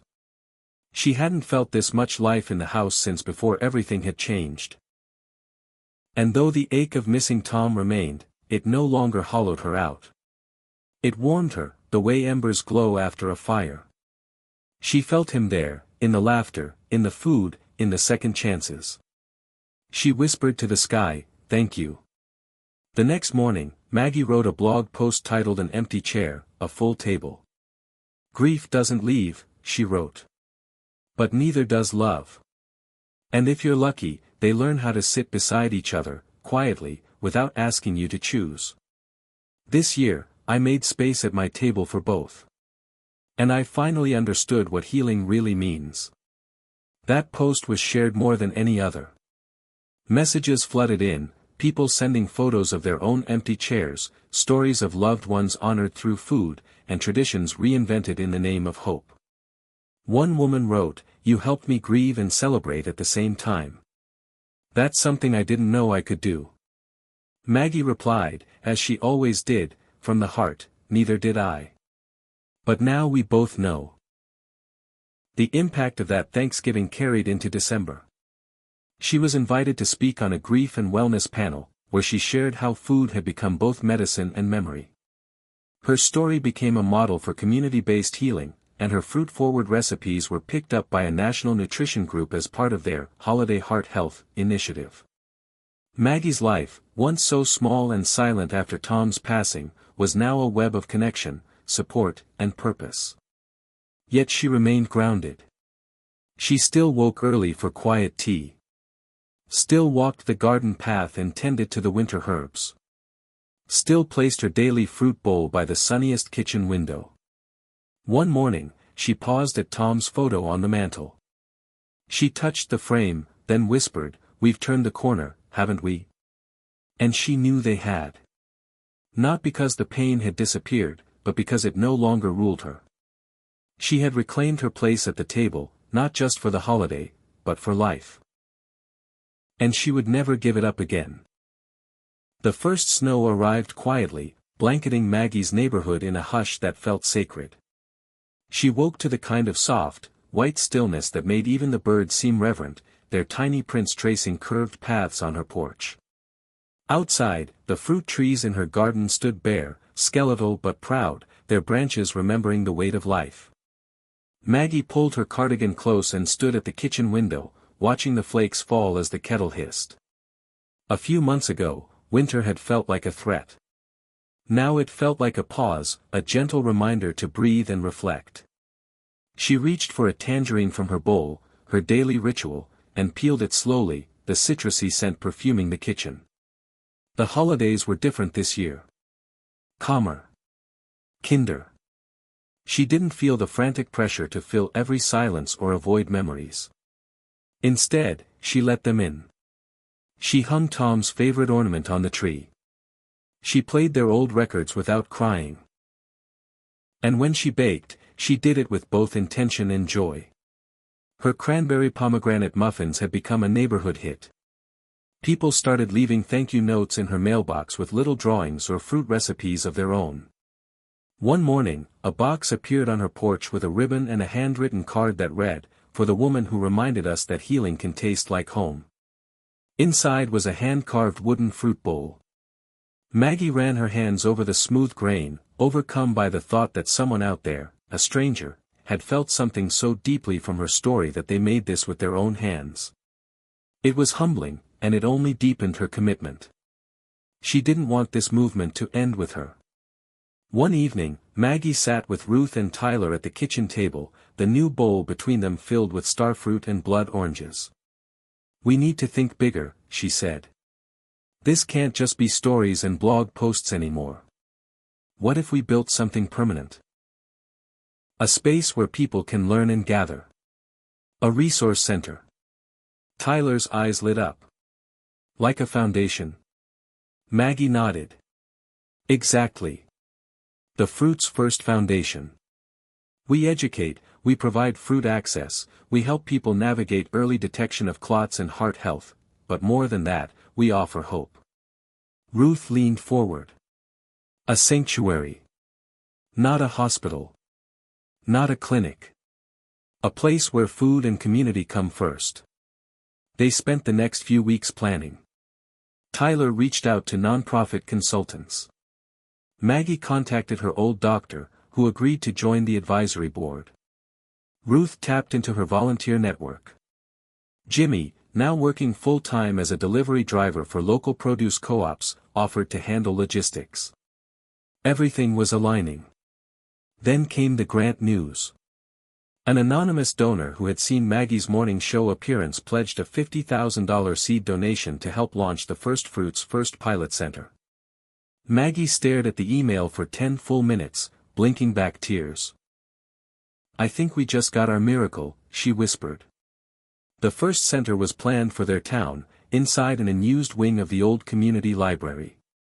It would include a teaching kitchen, a counseling room, a space for group classes, and a distribution pantry stocked weekly with fruits Maggie had spent months researching. But she insisted on one non-negotiable, a room called the garden. It wouldn't grow real plants. It would grow people. It would be a quiet space, filled with soft chairs, warm light, and a wall of framed stories, letters and photos from those touched by her journey. "It's for people who just got the bad news," she explained to Tyler. "They'll sit there and realize they're not alone. That someone else got back up, and so can they." As winter deepened, the work warmed her. Every meeting, every spreadsheet, every site visit reminded her that she was building not just for herself, but for every person who had sat in a cold office, holding a new diagnosis like a death sentence. She would give them a new script: start small. Start with fruit. Start with one moment of care. Maggie's health remained steady. Her blood work was strong, her energy good, and though she moved slower in the snow, her spirit only grew lighter. Lisa and Jake often joked she was the only 70-something woman they knew who had a website, a podcast, and a nonprofit all at once. "You've become a whole new version of yourself," Lisa said one night. Maggie smiled. "No," she replied, "I've just become the me I was too scared to imagine before." The podcast, an idea from Tyler, launched in January under the title Still Here. Each week, Maggie interviewed survivors, caregivers, and everyday people who had found resilience in the ordinary. The tagline read, "Real stories from the edge of giving up, and the fruit that pulled us back." It was an unexpected success. Thousands subscribed. Maggie's voice, calm and warm, became a companion to people walking through hospitals, waiting in doctors' offices, or sitting on their porches in the morning. The letters came again. One, from a man in his 80s in Montana, said, "I was ready to give up. I thought my life was winding down. Then I heard your episode on pomegranates and purpose. I haven't missed a walk since." Another from a teenager whose mother was recovering from a stroke, "You make health feel like a story, not a punishment. My mom and I listen to your podcast every Friday. It's the best part of our week." Maggie read them all. She answered every one. She never wanted to become unreachable. She knew her power wasn't in being admired, it was in being relatable. That's what kept people coming back. That's what built trust. By February, the foundation's soft launch was underway. The building was buzzing with volunteers painting walls, setting up fruit displays, and hanging Maggie's photos of her garden. On the door, a hand-painted sign read, "Welcome. You're safe here. Let's begin again." On the day of the grand opening, Maggie stood in the center of it all, surrounded by her family, her friends, her team. She cut the ribbon with a pair of garden shears and laughed when confetti cannons accidentally fired too early. The audience, dozens of community members, clapped and cheered. Inside, the scent of citrus, mint, and cinnamon filled the air. Her blog followers traveled from other cities. Patients who had followed her fruit plan hugged her with tears in their eyes. Reporters covered the event, calling her a quiet pioneer of the new senior wellness movement. But Maggie didn't feel like a pioneer. She felt like a neighbor who opened her door one day and found a line of people outside, waiting for something true. That night, after the celebration ended and the lights dimmed, Maggie stood in the garden room alone. She looked at the framed letters, the photos, the candle flickering in the corner. Snow tapped gently at the window. She whispered, "Thank you, Tom," and sat in the softest chair. She didn't cry. She didn't feel sad. She felt ready. Ready for the next chapter, whatever it brought. Because she had become more than a survivor. She had become a beginning. It was a Thursday morning, cold and clear, when the knock came. Maggie was sipping green tea in her usual spot near the window, the pale sun creeping across the fruit bowl like honey. The day had started like any other, gentle, quiet, held together by small rituals. She didn't expect company. Everyone who knew her routine knew she spent early mornings alone, writing or walking. So the knock felt out of place, almost too soft to be serious, but insistent enough to be important. She stood slowly, pulled her shawl tighter, and opened the door. A man stood there, maybe 50, maybe older, with a kind face and eyes that looked like they'd seen too much. He held a small bag in one hand and a paper folder in the other. "Are you Maggie Hargrove?" he asked. His voice was cautious, but kind. Maggie hesitated. "Yes."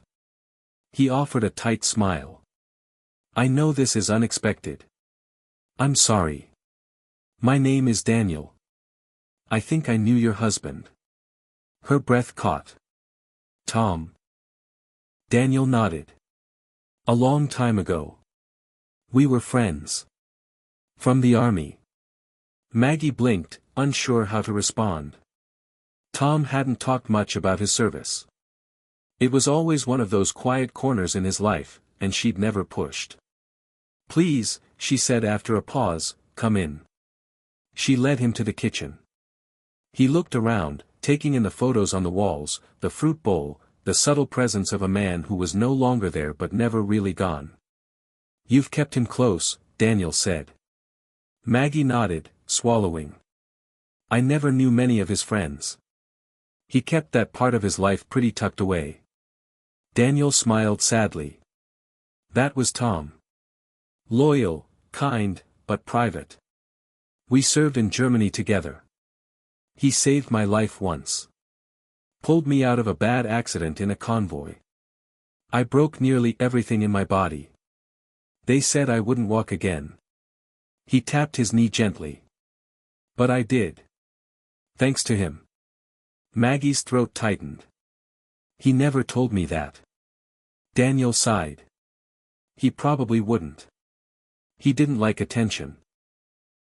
But I've thought about him every day since. I tried to track him down over the years, but it wasn't until I saw your interview on TV, talking about fruit, blood clots, and love, that I recognized the photo behind you on the wall. It was him. I had to come.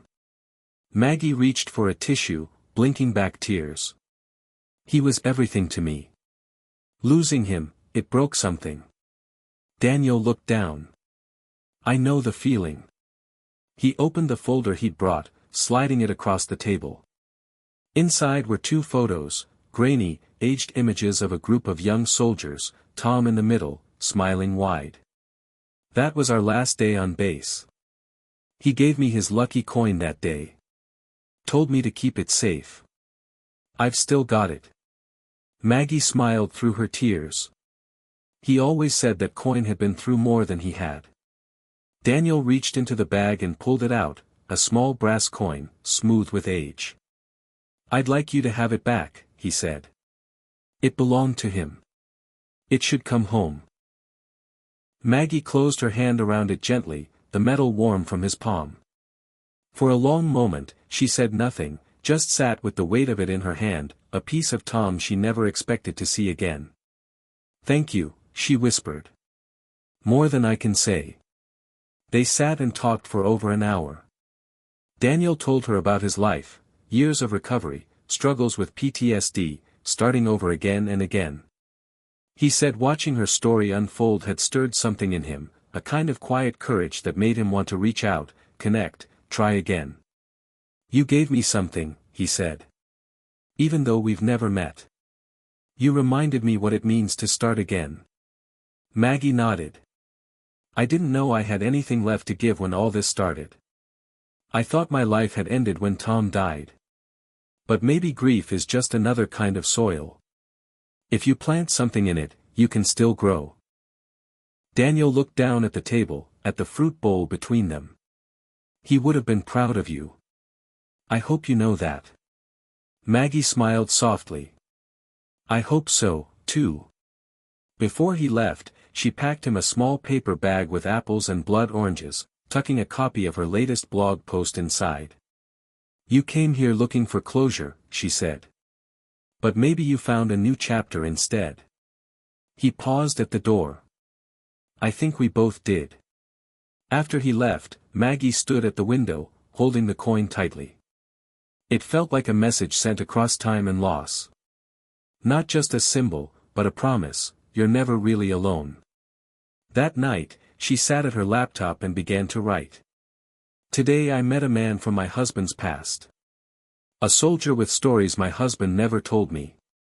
It reminded me that even the people we love most hold parts of themselves we may never fully know.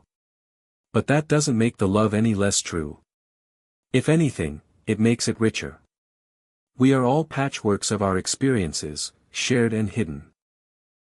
And the ones who love us do so not because they know everything, but because they choose to stay anyway. She titled the post The Coin That Came Home. It was her most read post to date. Veterans wrote in, sharing stories of loss, recovery, and resilience. Widows sent photos of their husbands' keepsakes. One woman wrote, I thought I was the only one who still talks to his picture every morning. Thank you for reminding me that grief connects us. Maggie answered each message, just as she always did. And as she did, she thought about Daniel, about Tom, about the thousands of tiny invisible threads that connect one life to another. Maybe this was how we heal, not in one grand act, but in small miracles, a knock at the door, a shared story, a coin held in the palm of your hand. That night, she placed the coin in the wooden fruit bowl that had become her altar of gratitude. Not to hide it. Not to protect it.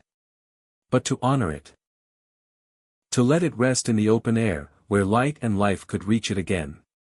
The email came from a woman named Emily Green, a second-grade teacher at a local elementary school who had been following Maggie's blog since the "Eat These 14 Fruits" post had gone viral. She wrote with the kind of hope only a teacher could have, fierce, humble, and somehow unwavering even in a world that rarely gave back as much as it took.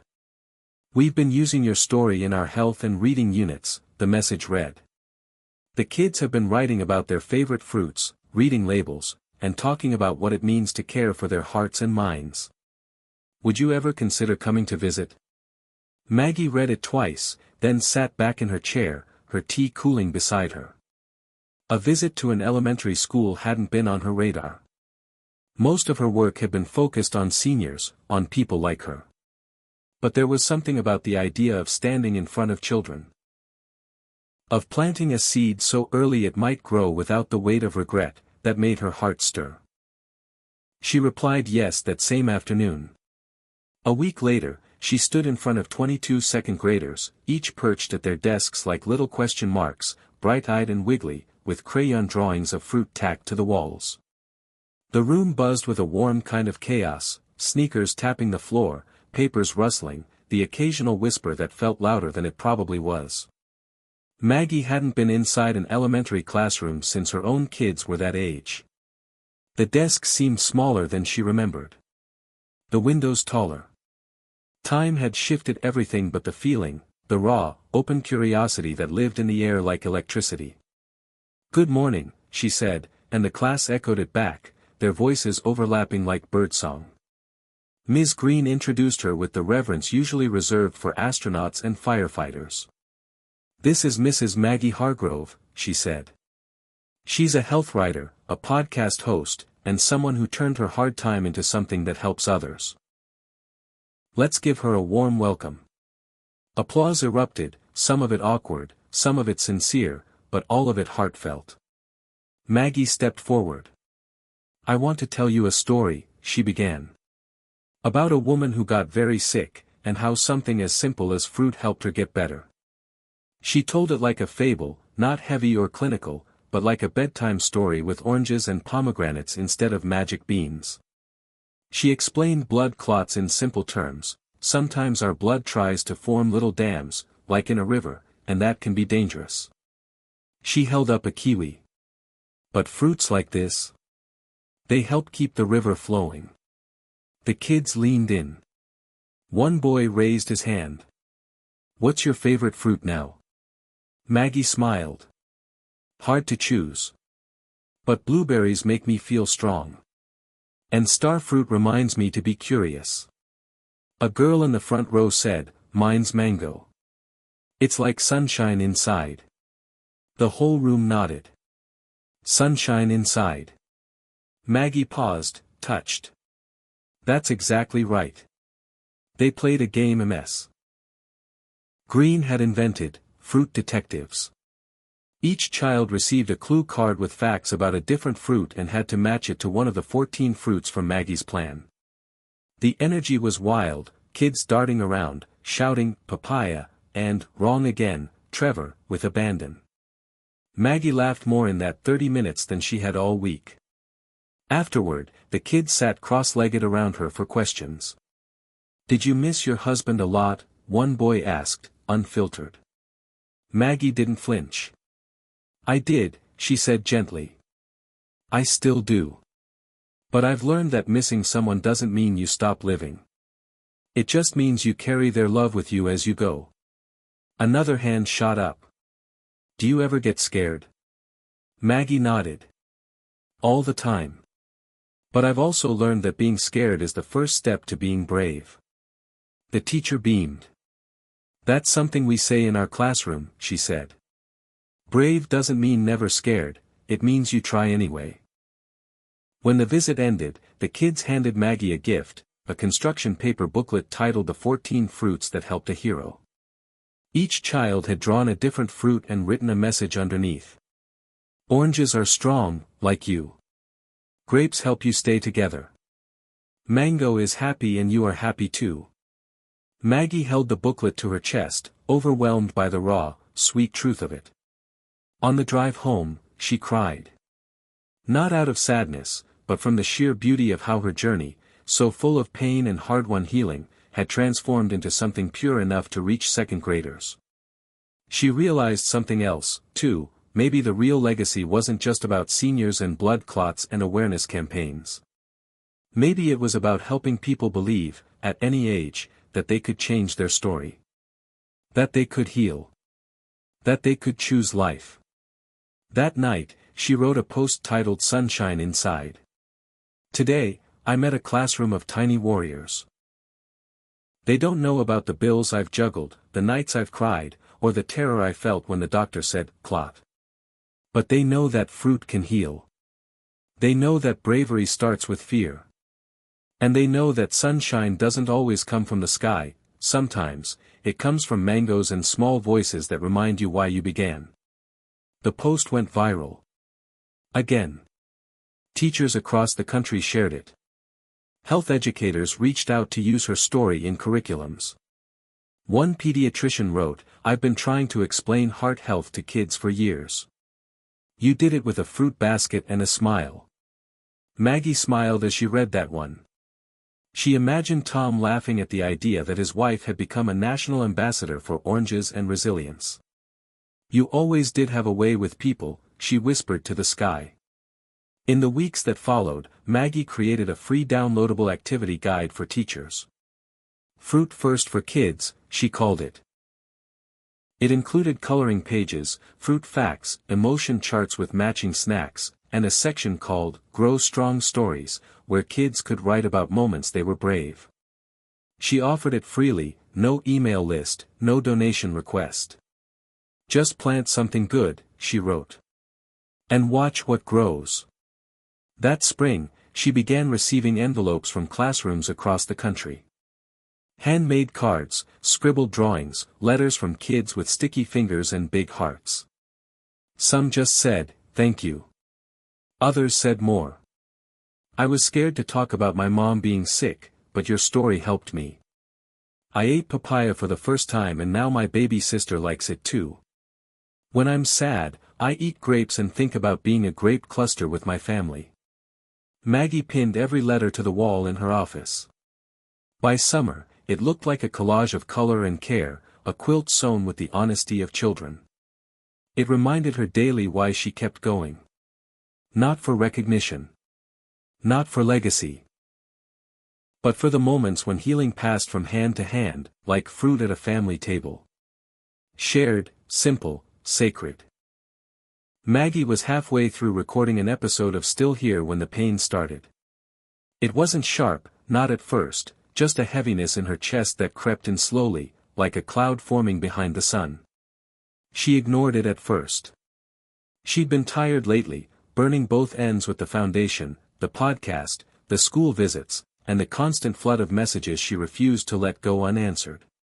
But this wasn't just fatigue. It felt different.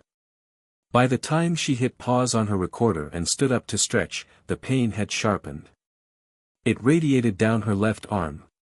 Her breath came shallower than usual. A cold sweat broke across her forehead.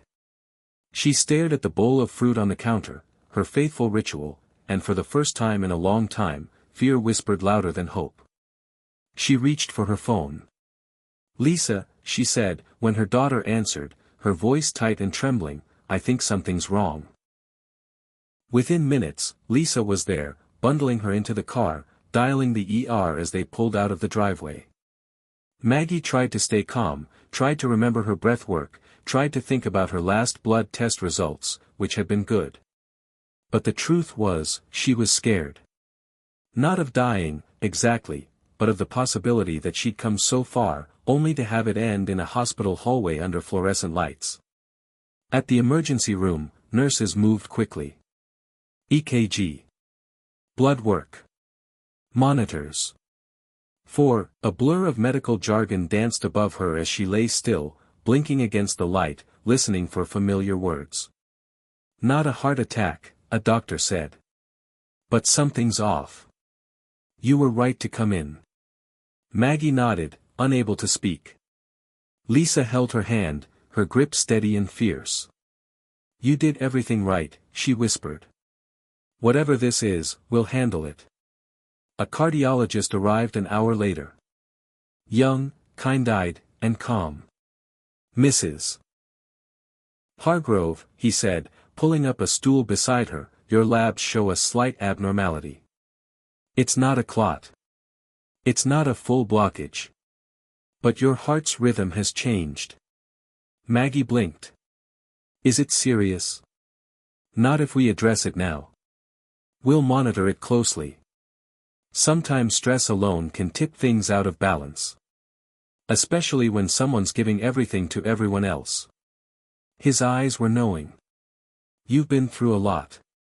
And sometimes, even strong hearts need rest. She let out a slow breath. Rest isn't easy for me. He smiled. That's often true for the people who need it most. They kept her overnight. Not for emergency care, but for observation. Maggie watched the rain hit the hospital window like a soft drumbeat, her body tethered to monitors, her mind floating back through the last 2 years. Tom. The diagnosis. The diet. The pain. The fruit. The foundation. The school kids. The podcasts. The people. So many people. She thought about the veterans, the widows, the teachers, the strangers who now felt like extended family. All of them had been her reason to get up every day. And now her body was asking her to stop. Just for a moment. Just to breathe. That night, in the quiet dark, a nurse slipped in to check her vitals.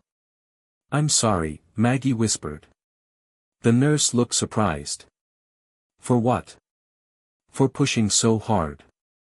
For missing the signs. The nurse shook her head. You listen to your body. That's what matters. You'd be amazed how many people wait until it's too late. She paused. You're Maggie Hargrove, right? The fruit lady? Maggie smiled weakly. Guilty. The nurse grinned. My mom listens to your podcast religiously. She says you saved her life.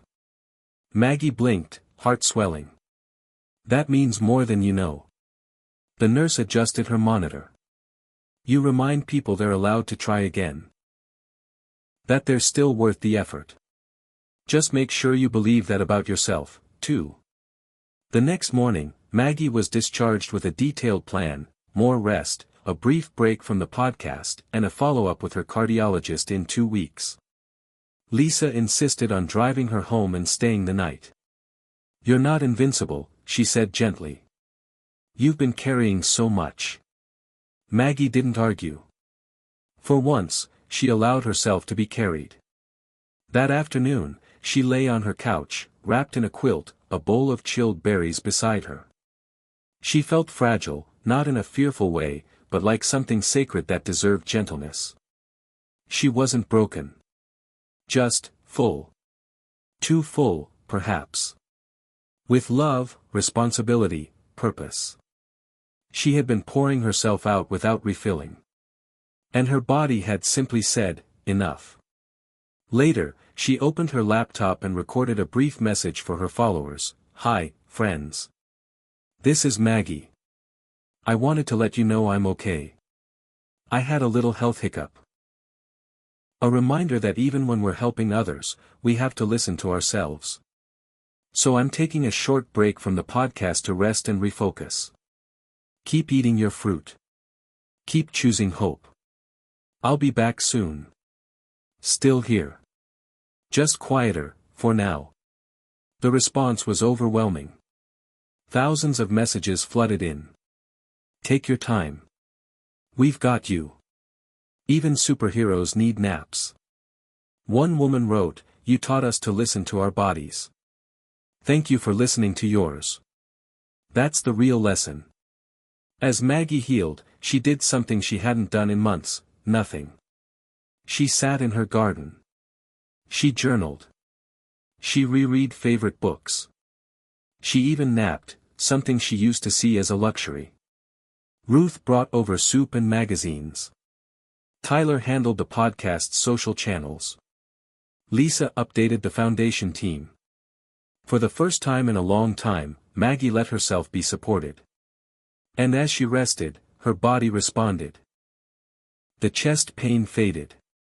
Her energy returned, slowly but surely. By week 3, she was back to walking, back to laughing without feeling lightheaded. But something deeper had shifted. A quiet vow had formed inside her, no more rushing. No more empty giving. I will serve, yes. But I will also nourish. When she returned to Still Here, her first episode back was titled The Heart That Whispers. We talk so much about courage, she said.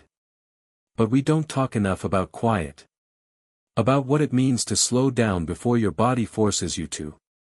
This episode isn't just about survival, it's about softness. About hearing the whisper before it becomes a scream. Your heart is worth listening to. Always. That episode became one of her most shared. And Maggie kept her promise. She started saying no more often. She scheduled rest days. She built boundaries into her giving. And far from shrinking her impact, it deepened it. People saw her humanity. Her limits. Her willingness to live the lessons she preached. And they loved her more for it. Maggie had always believed fruit could heal the body. Now she understood, rest healed the soul. And together, they made the life she'd never thought she'd have again. It was a chilly autumn morning when Maggie received an invitation she hadn't anticipated. A letter, handwritten on crisp cream stationery, arrived at her home, tucked inside an envelope that smelled faintly of cedar and old books. The letter was from a man named Dr. Samuel Whitaker, a retired hematologist who had followed her story since the beginning. Dear Mrs. Hargrove, the letter began, your journey and dedication have inspired me in ways I never expected.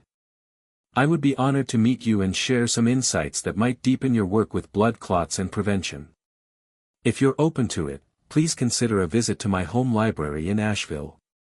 Sincerely, Dr. Sam Whitaker. Maggie read the letter twice, her curiosity piqued. She hadn't planned on meeting doctors again, not in the way that reminded her of cold hospital rooms and clinical warnings.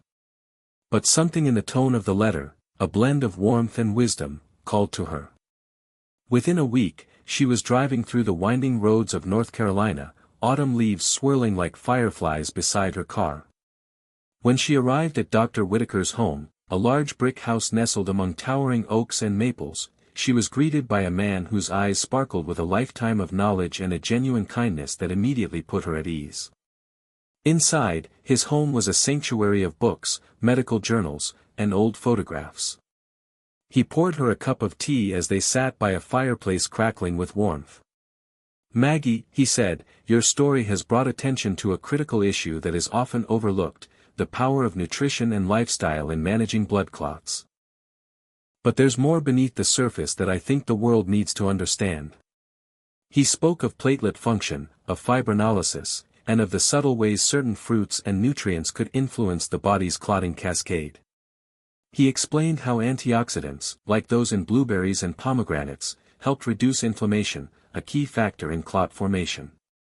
You've done incredible work, he said, but the science is evolving, and we need voices like yours to carry these nuanced messages to the public. Maggie listened intently, absorbing the layers of knowledge that deepened her understanding. Dr. Whitaker wasn't just offering information, he was offering partnership, a bridge between scientific rigor and heartfelt storytelling.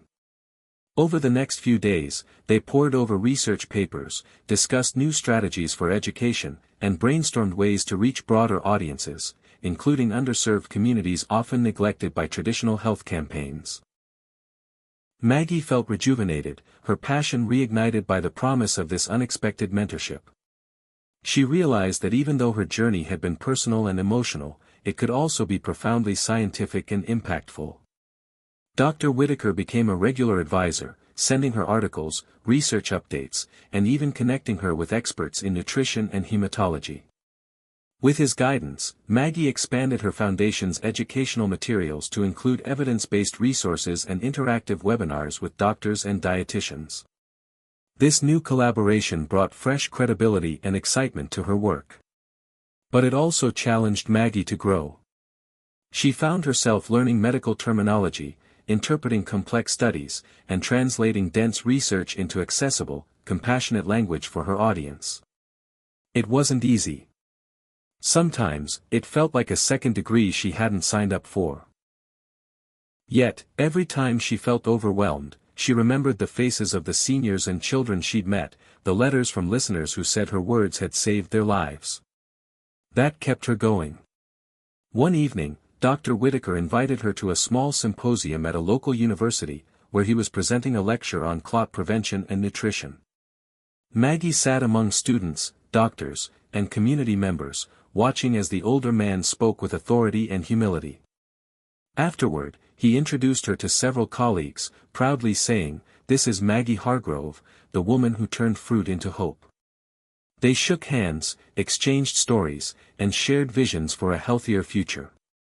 Maggie realized that her story had become bigger than herself. It was part of a growing movement to empower people with knowledge and hope, blending science and soul. On the drive home that night, she looked up at the starry sky, feeling a profound gratitude for the unexpected mentor who had found her. "Thank you for believing in me," she whispered aloud. The next week, Maggie wrote a blog post titled "When Science Meets Heart." She recounted her meetings with Dr. Whitaker, the new discoveries she'd made, and the importance of bridging personal experience with medical expertise.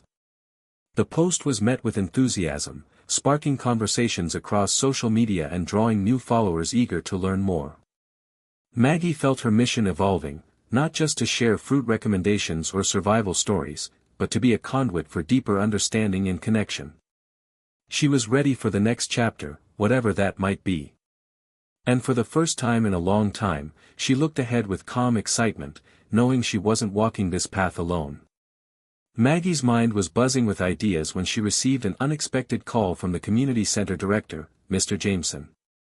"Maggie," he said warmly, "we've been talking about starting a community garden here, something to bring people together, promote health, and give folks a space to connect with the earth. I think your story and expertise would be perfect to help lead this." Maggie smiled, imagining a patch of earth transformed by hands eager to nurture life. It was a chance to bring her message out of the digital world and into the dirt beneath her nails, the sun on her face, the rhythm of seasons. The garden would be more than a place to grow food. It would be a place to grow hope. They picked a sunny corner behind the center, an empty lot with cracked pavement and overgrown weeds. Over weeks, volunteers arrived, young and old, skeptics and believers, families and loners, all ready to dig, plant, and build. Maggie led workshops on fruit trees and berry bushes, explaining which plants helped prevent blood clots and why. She taught about antioxidants, fiber, and vitamins, weaving science and stories like a tapestry. The first fruit trees were peach and plum, their branches soon heavy with blossoms like pale promises. The garden became a living classroom. Kids came after school to learn about soil and seasons. Seniors shared stories from their own gardens, memories of summers long past. Maggie noticed how the garden healed more than bodies. It healed hearts. On one chilly morning, Ruth arrived with a basket of freshly picked apples and pears. She looked around at the budding community and said, "You know, this place reminds me of why I kept going through my darkest days. Because no matter what, there's always something to tend to, something to care for." Maggie nodded. "It's the same with us." The garden grew alongside Maggie's foundation, each leaf and flower a symbol of resilience. As the seasons changed, so did the people who came to the garden. A man named Carlos, who had lost his wife to a stroke, started volunteering to heal his own grief. A teenager named Jasmine, struggling with her mother's illness, found peace planting strawberries. Maggie listened to their stories, offering encouragement and fruit baskets filled with hope. One afternoon, she spotted Lisa laughing with a group of kids, teaching them how to pick ripe tomatoes. Maggie felt a swell of pride. The garden had become a family, rooted not just in soil, but in love. During the summer harvest festival, Maggie stood before the crowd, her heart full. She spoke about the power of community, the strength found in shared struggle, and the simple gifts of fruit and friendship. "We started with seeds," she said, "but what's grown here is so much more.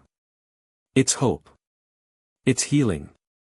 It's proof that even the smallest act of care can blossom into something beautiful." That night, as the sun set behind the trees, Maggie walked through the garden alone.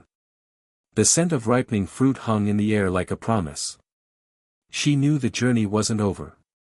But for the first time in a long time, she felt grounded, rooted in the earth, in community, and in the knowledge that healing was a harvest worth waiting for. One crisp morning, as the golden light filtered through her kitchen window, Maggie found a thick envelope resting against the fruit bowl on her counter. There was no return address, only her name, written in neat, familiar handwriting. Her heart quickened. She carefully opened it, unfolding a letter that took her breath away. It was from a woman named Clara Reynolds, a name Maggie recognized from her early podcast days, a woman who had reached out years ago, briefly, before life's chaos had pulled them apart. Clara wrote of how Maggie's story had saved her. How she'd been trapped in a cycle of despair after her husband's sudden stroke, how Maggie's words and fruit recommendations had been the lifeline she clung to. But there was more. Clara confessed she had been struggling quietly with a dangerous blood clot for months, too afraid to seek help, too overwhelmed by guilt and fear. Maggie's message had given her courage to finally get tested and treated. Now, after months of recovery, Clara wanted to thank her, to share how the fruits Maggie recommended, especially cherries and oranges, had become part of her daily ritual. The letter was raw, heartfelt, and full of gratitude. Maggie's eyes welled with tears as she read. She thought about the thousands of messages she had received over the years, but this letter felt different. It was a reminder of why she had started this journey, why she'd shared her story so openly, why she had pushed through every obstacle. She immediately wrote back, offering support and encouragement, promising to stay connected. Inspired by Clara's courage, Maggie decided to dedicate her next podcast episode to stories like hers, stories of quiet battles, of small victories, of hope blooming in the shadows. She titled it Letters of Hope, inviting listeners to share their own experiences. The response was overwhelming. Stories poured in, from veterans, caregivers, seniors, and young adults, all touched by the simple act of eating fruit and choosing hope. Maggie realized her message had become a movement, a community bound not by proximity but by shared resilience. That evening, she read through dozens of letters, each one a testament to human strength and the power of connection. As she closed her laptop, she whispered, "We're not alone. We never have been." The next day, she reached out to Clara and invited her to join a live podcast recording. When Clara appeared on screen, nervous but smiling, Maggie felt the weight of the moment. They talked about fear, healing, and the unexpected ways hope finds us. Clara shared how the fruits had become a symbol of renewal in her life. Maggie shared how Clara's letter renewed her own spirit. Their conversation touched thousands, reminding everyone that sometimes, the simplest gestures, a letter, a fruit, a shared story, can change everything. The afternoon sun was warm on Maggie's face as she tended to the community garden, her hands covered in rich, dark soil. She paused to wipe the sweat from her brow when her phone buzzed. It was a message from Lisa, "Mom, you have a visitor. Someone important." Maggie's curiosity piqued. She glanced toward the garden gate just in time to see a tall man with a kind smile walking up the path. It was Dr. Whitaker. "I thought I'd drop by," he said warmly, shaking her hand. "I have some news I wanted to share in person." They settled on the garden bench, surrounded by the greenery they both cherished. Dr. Whitaker pulled out a thick envelope filled with research proposals and grant applications. "Maggie, your work with the foundation and the garden has caught the attention of a national health organization. They want to fund a pilot program to study how dietary fruit intake impacts blood clot prevention in seniors." Maggie's breath caught. "That's incredible." He nodded. "It is. And it's your story and passion that made this possible." Over the next hour, they mapped out plans for a new study, one that could validate the fruit recommendations Maggie had championed for years. The idea of bridging grassroots advocacy with rigorous science thrilled her. This was more than a personal mission now, it was a potential game changer. As they talked, Maggie felt a surge of hope. For herself, for the people she served, for the future of health education. Dr. Whitaker smiled. "You're not just the fruit lady anymore. You're a pioneer." That evening, Maggie shared the news with Lisa and Ruth over dinner. The kitchen buzzed with excitement. They talked about the impact the study could have, the lives it might save, the awareness it could raise. Maggie felt the weight of responsibility settle over her, but it was a good weight, one born from purpose and possibility. In the days that followed, Maggie threw herself into preparing for the study launch. She coordinated with researchers, helped design surveys, and began recruiting participants from her foundation's network. She also took time to visit some of the seniors who would be involved, listening to their stories, learning about their struggles and hopes. Each conversation reinforced her belief in the power of community and the importance of every voice. One afternoon, as Maggie walked through the garden, a group of volunteers gathered around a small fruit tree she'd recently planted, a dwarf apple variety. A little boy named Noah tugged at her sleeve. "Ms. Maggie, when will the apples grow?" "Soon, Noah," she replied with a smile. "But just like us, they need time and care." He grinned, eyes wide. "I'm going to take care of them." Maggie's heart swelled. Moments like these made every hardship worthwhile. As the pilot program kicked off, Maggie felt ready to face whatever challenges lay ahead. The journey was far from over, but with each step, she was rewriting what was possible, one fruit, one story, one heart at a time. Just when everything seemed to be falling into place, Maggie faced a challenge she hadn't anticipated. The pilot program had launched smoothly, and early feedback was promising, but then came the call. The funding agency had hit a major budget freeze due to unforeseen economic cuts. The grant that was supposed to support the study was being pulled back, indefinitely. Maggie sat at her kitchen table, the news sinking in like a heavy stone. Months of planning, the hope of thousands counting on the study's success, it all felt like it might unravel. She felt the familiar sting of disappointment, the creeping shadow of doubt. Was her work really making a difference? Did anyone believe in her message beyond the fruit? But just as the weight of failure threatened to consume her, the phone rang. It was Ruth. "Maggie, don't give up now," she said firmly. "Remember how far you've come. This is just another bend in the road." That simple encouragement sparked a flame of resolve. Maggie realized setbacks were part of every journey worth taking. She reached out to Dr. Whitaker, who offered his steady wisdom. "Sometimes," he said, "the greatest breakthroughs come after the hardest obstacles. Keep pushing." With renewed determination, Maggie mobilized her community. She organized fundraisers, reached out to local businesses, and launched a crowdfunding campaign, telling the story of the pilot program and why it mattered. The response was overwhelming. Donations poured in from strangers and friends alike, people touched by her story and the promise of hope. Slowly but surely, the funding gap closed. Meanwhile, Maggie kept the community garden thriving, using it as a symbol of perseverance. She reminded volunteers and participants that just like their fruit trees, progress often took time and patience. One evening, after a long day of calls and meetings, Maggie sat under the stars with Lisa. "It's hard," Lisa said softly.